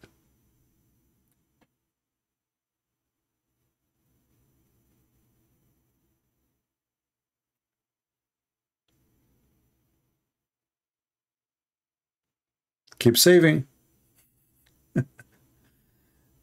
My friend, Knights, you told me. I put the verse you asked me for in the screen. What's wrong with you? Are you going to keep posting this? What's wrong with people? Almost then he liked those verses. Okay, we answered you. And what about all the garbage we show every day here? He's liked 2 verses, 3 verses in the Quran. Let us assume in the Quran there is 10 verses, they are good. What about the rest? Crazy people. Oh boy.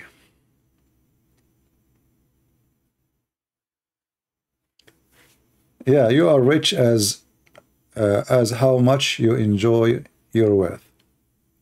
And wealth, the word wealth can be different from person to person. A villager, he have a few chickens and a goat. This is his wealth, and he enjoy it. A billionaire, who is like Elon Musk, he own tons of billions of dollars. I don't know if he is happy because I think his life is not really a happy life. You know, those people, they cannot even move around without security, without bodyguards, I mean, your life is different. So you gain something, you lose a lot. Always when you gain, you lose. There's no gain without lose. Never. You gain wisdom, you get older. Right? You gain only when you lose. You don't gain without losing. You become celebrity, you lose. You don't have a freedom to walk in the street. People chase you. People who love you, people who hate you. You can't even sit in a coffee shop to drink your coffee like anyone. You lose.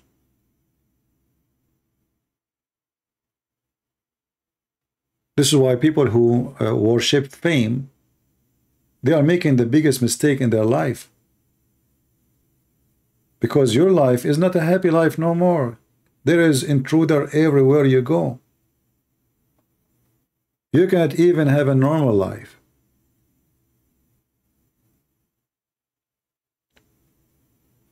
But still, there's a lot of people worship to be famous. Like there's an actor, she is a very old lady. They used to talk about her before. in a newspaper magazine. Looked like she was famous before. I saw her in news, maybe this is like 5 or 6 years ago. You know, nobody talked about her. So what she did, she is 80 something. She took naked pictures of herself in the shower tub and posted online. Why? Because she wants people to talk about her again. Looks so bad. She just want to seek attention, and yeah, she become like very again in the newspaper, you know, but in a funny way. People making fun of her. So there is some people, they are wise, and there is people who they are fool. The wise, he don't seek a glory of what the world think it's a glory, to be famous. A wise person, he seek to live good, to be happy. Famous not what make you happy. It doesn't. A lot of people will hate you. A lot of people will love you, and you are lost between. You might even be threatened. You might even get killed. And then when you become celebrity, your life is expensive. So the more money you make, the more poor you are. Because now you have to fit with the new lighting you are in. You know, like now you are famous. You have to spend. What car you have, what house you live in. You will see that someone like Michael Jackson, he died and he have a, you know, he borrowed from Muslims more than $6 million. After all the money he made, he's borrowing money. He cannot even pay for his shopping in Dubai. Dubai is the center of a fraud, where people, they are trapped into money, spending. This is what they do. They invite someone, a celebrity, and they tell him, hey, sit in the hotel as much as you want. This is what they did with Michael Jackson. He stayed there almost a year for free in the hotel. They told him for free. This is what they made him understand. And then when he decided to leave, they told him, listen, Michael, you have to pay. Oh, you, the prince, he invited me here. No, the prince, he says, welcome to the country. He didn't say he will pay your bill. However, if you convert to Islam, the prince is willing to pay your bill.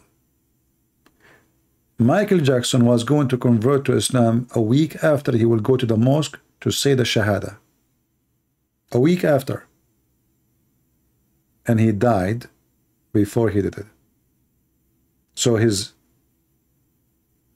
bills will be paid.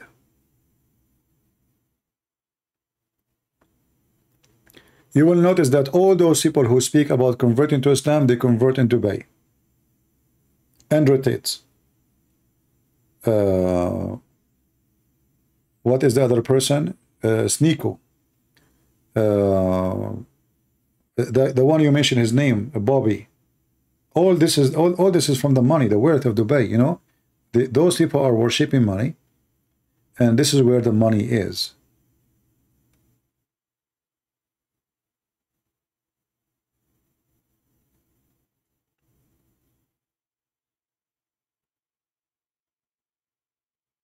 Yeah.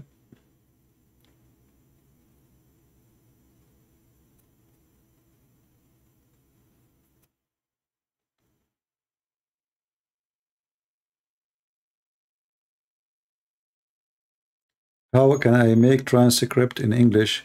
There is somebody have my video already in English. My video. You mean Sheikh Hisham? Yeah, somebody he have it already in English. Just search for it so you can download it.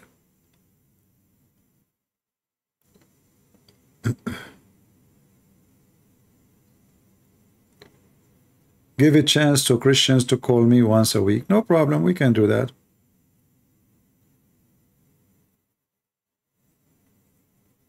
Yeah, we can do that. Anyway, you know, the Muslims, they believe that everybody have a price. And this is coming from the Quran. You see, the Quran speak about the mu'allafa qulubahum. Al-mu'allafa qulubahum. What does that mean? People who don't believe, they don't believe. So what we do? We buy them. Islam is a scam, literally. This is in the Quran. The money the Muslim they steal from Christian and Jews can be used legally, according to Allah teaching, to buy the hearts of those who don't want to believe. But why Muslims they want to buy them? Because those are unable to conquer them. They are unable to conquer them. Usually they are maybe criminals, like the family who rule after Muhammad, the Umayyin. If you read this story here, chapter 9, verse number 60, it says here how they divide the money. After the Muslim, they get their shares from the attack, and then the poor Muslim, they will get some. But this is nothing. But then you will see here, it says, and those who their heart are made inclined to truth. What does that mean? Somebody is powerful. He have an army maybe, a leader, a sultan, a ruler. Buy him, a head of a tribe.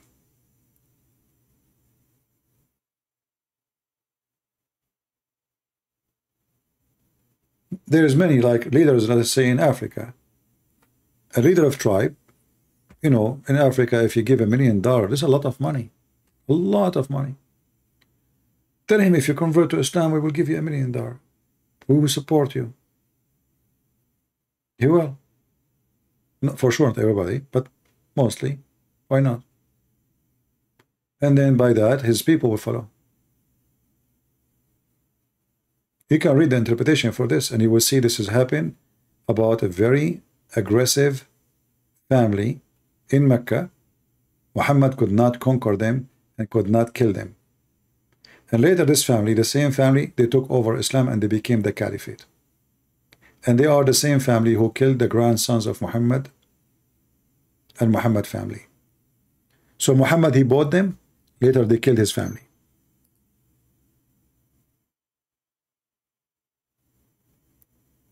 All right? This is the return of an evil act. He bought them. He thought by buying them, he won. Well, he won that they are criminals, but he forgot that the criminals, the first thing they do, they will bite you too. And this is exactly what they did later. They killed his family.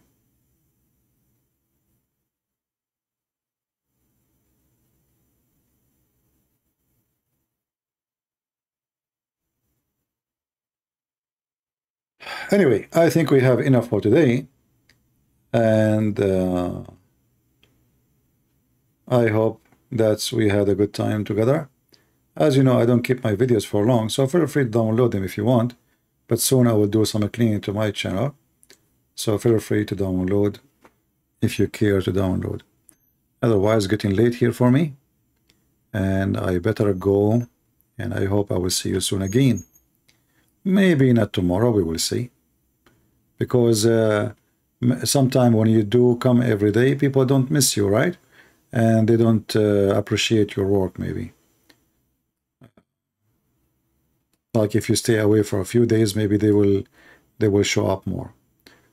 But anyway, we do what we need to do, and God is good, and we are happy to see the collapse of this cult. Muslims going all over. And if the video is long for you, you can cut the part where, you know, I'm showing the videos about those Muslims attacking each other and how Islam is strong. You can shorten the video as you wish. All right. I want to say thank you guys. May the Lord bless you all. And if I offend any one of you, I'm not a person who apologizes for offending, because you know I offend. It's part of my job to offend. But if I offend you, I'm not offending you because you are my purpose, or let us say to make you feel bad, just to put you down. I make people feel bad so they can correct themselves if they are doing wrong. If you care for people, you say to them the truth. If somebody's clothes is dirty, you say they are dirty. You don't say they are clean. You don't say they are clean. If somebody doing wrong, you say to him you are doing wrong. The one who agree about everything you say is not your friend, is your enemy. Trust me, he is your enemy. A true friend, he opposes you when you are wrong. And then by time you will notice, oh, I wish I listened to him. And then you will notice that he was a good friend. But maybe it's going to be too late. So always consider a friend who opposes you more than he agree with you. Usually those who agree about everything you say, either they have no character, which means they are just a bunch of fools, or they are hypocrite. They don't care really what you do. In fact, maybe he is happy that you are stupid, so he don't want to correct you. So you look bad. You know, you will see a man, he is going to a meeting, and then he met all his employees. He is maybe CEO of a company. Nobody told him that his zipper is open. Employees turn their head, they are gossiping, they are laughing. Somebody want to take a selfie, and then there is a guy, you know, he is the janitor. You know, he's not the manager. He's, sir, your zipper is open. That is the guy. That's a good guy. The janitor. All those who make money from working for you, make living, none of them say to you, your zipper is open, either because they are afraid of you or because they are a hypocrite. They praise you however your condition is. But the janitor is a simple man. Sir, your zipper is open. That is better than all of them. All right. Anyway, I hope that we have a good time, and always the Lord will bless us. Those who seek knowledge, they receive it, and those who seek evil, evil will come to them. The wicked one, they will live wicked, they will die wicked, and they are going to be in the wicked heaven. Those who they have a good heart, even if they are victims, you know, you can be a victim because you have a good heart, which means make you feel like you are a loser. Somebody use you, somebody throw you, somebody scam you. You have a good heart, you believe them. Even this one is a victorious. Because the wicked one, he might have a victory now. But what about tomorrow? Only foolish people, they think they are victorious by being wicked.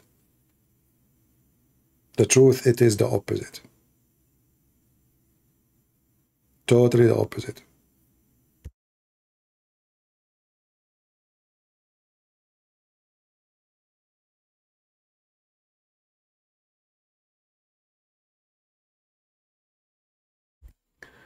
Anyway, I wish you a good time. For those who live in the state, happy 4th of July. And I'm so grateful that we are not part of England no more. Otherwise, we will have a pervert king like the King of England. And a pervert family royal. They call them themselves royal, when they are the fact a bunch of fornicators, liars, scumbag, money worshippers, and they have no value. And this is a great example about not to be fooled by the names and titles. Royals. What a royal. Until I see you again, I say, may the Lord bless you. And this is your brother Christian Prince, was serving you humbly for today. Take care. Bye-bye.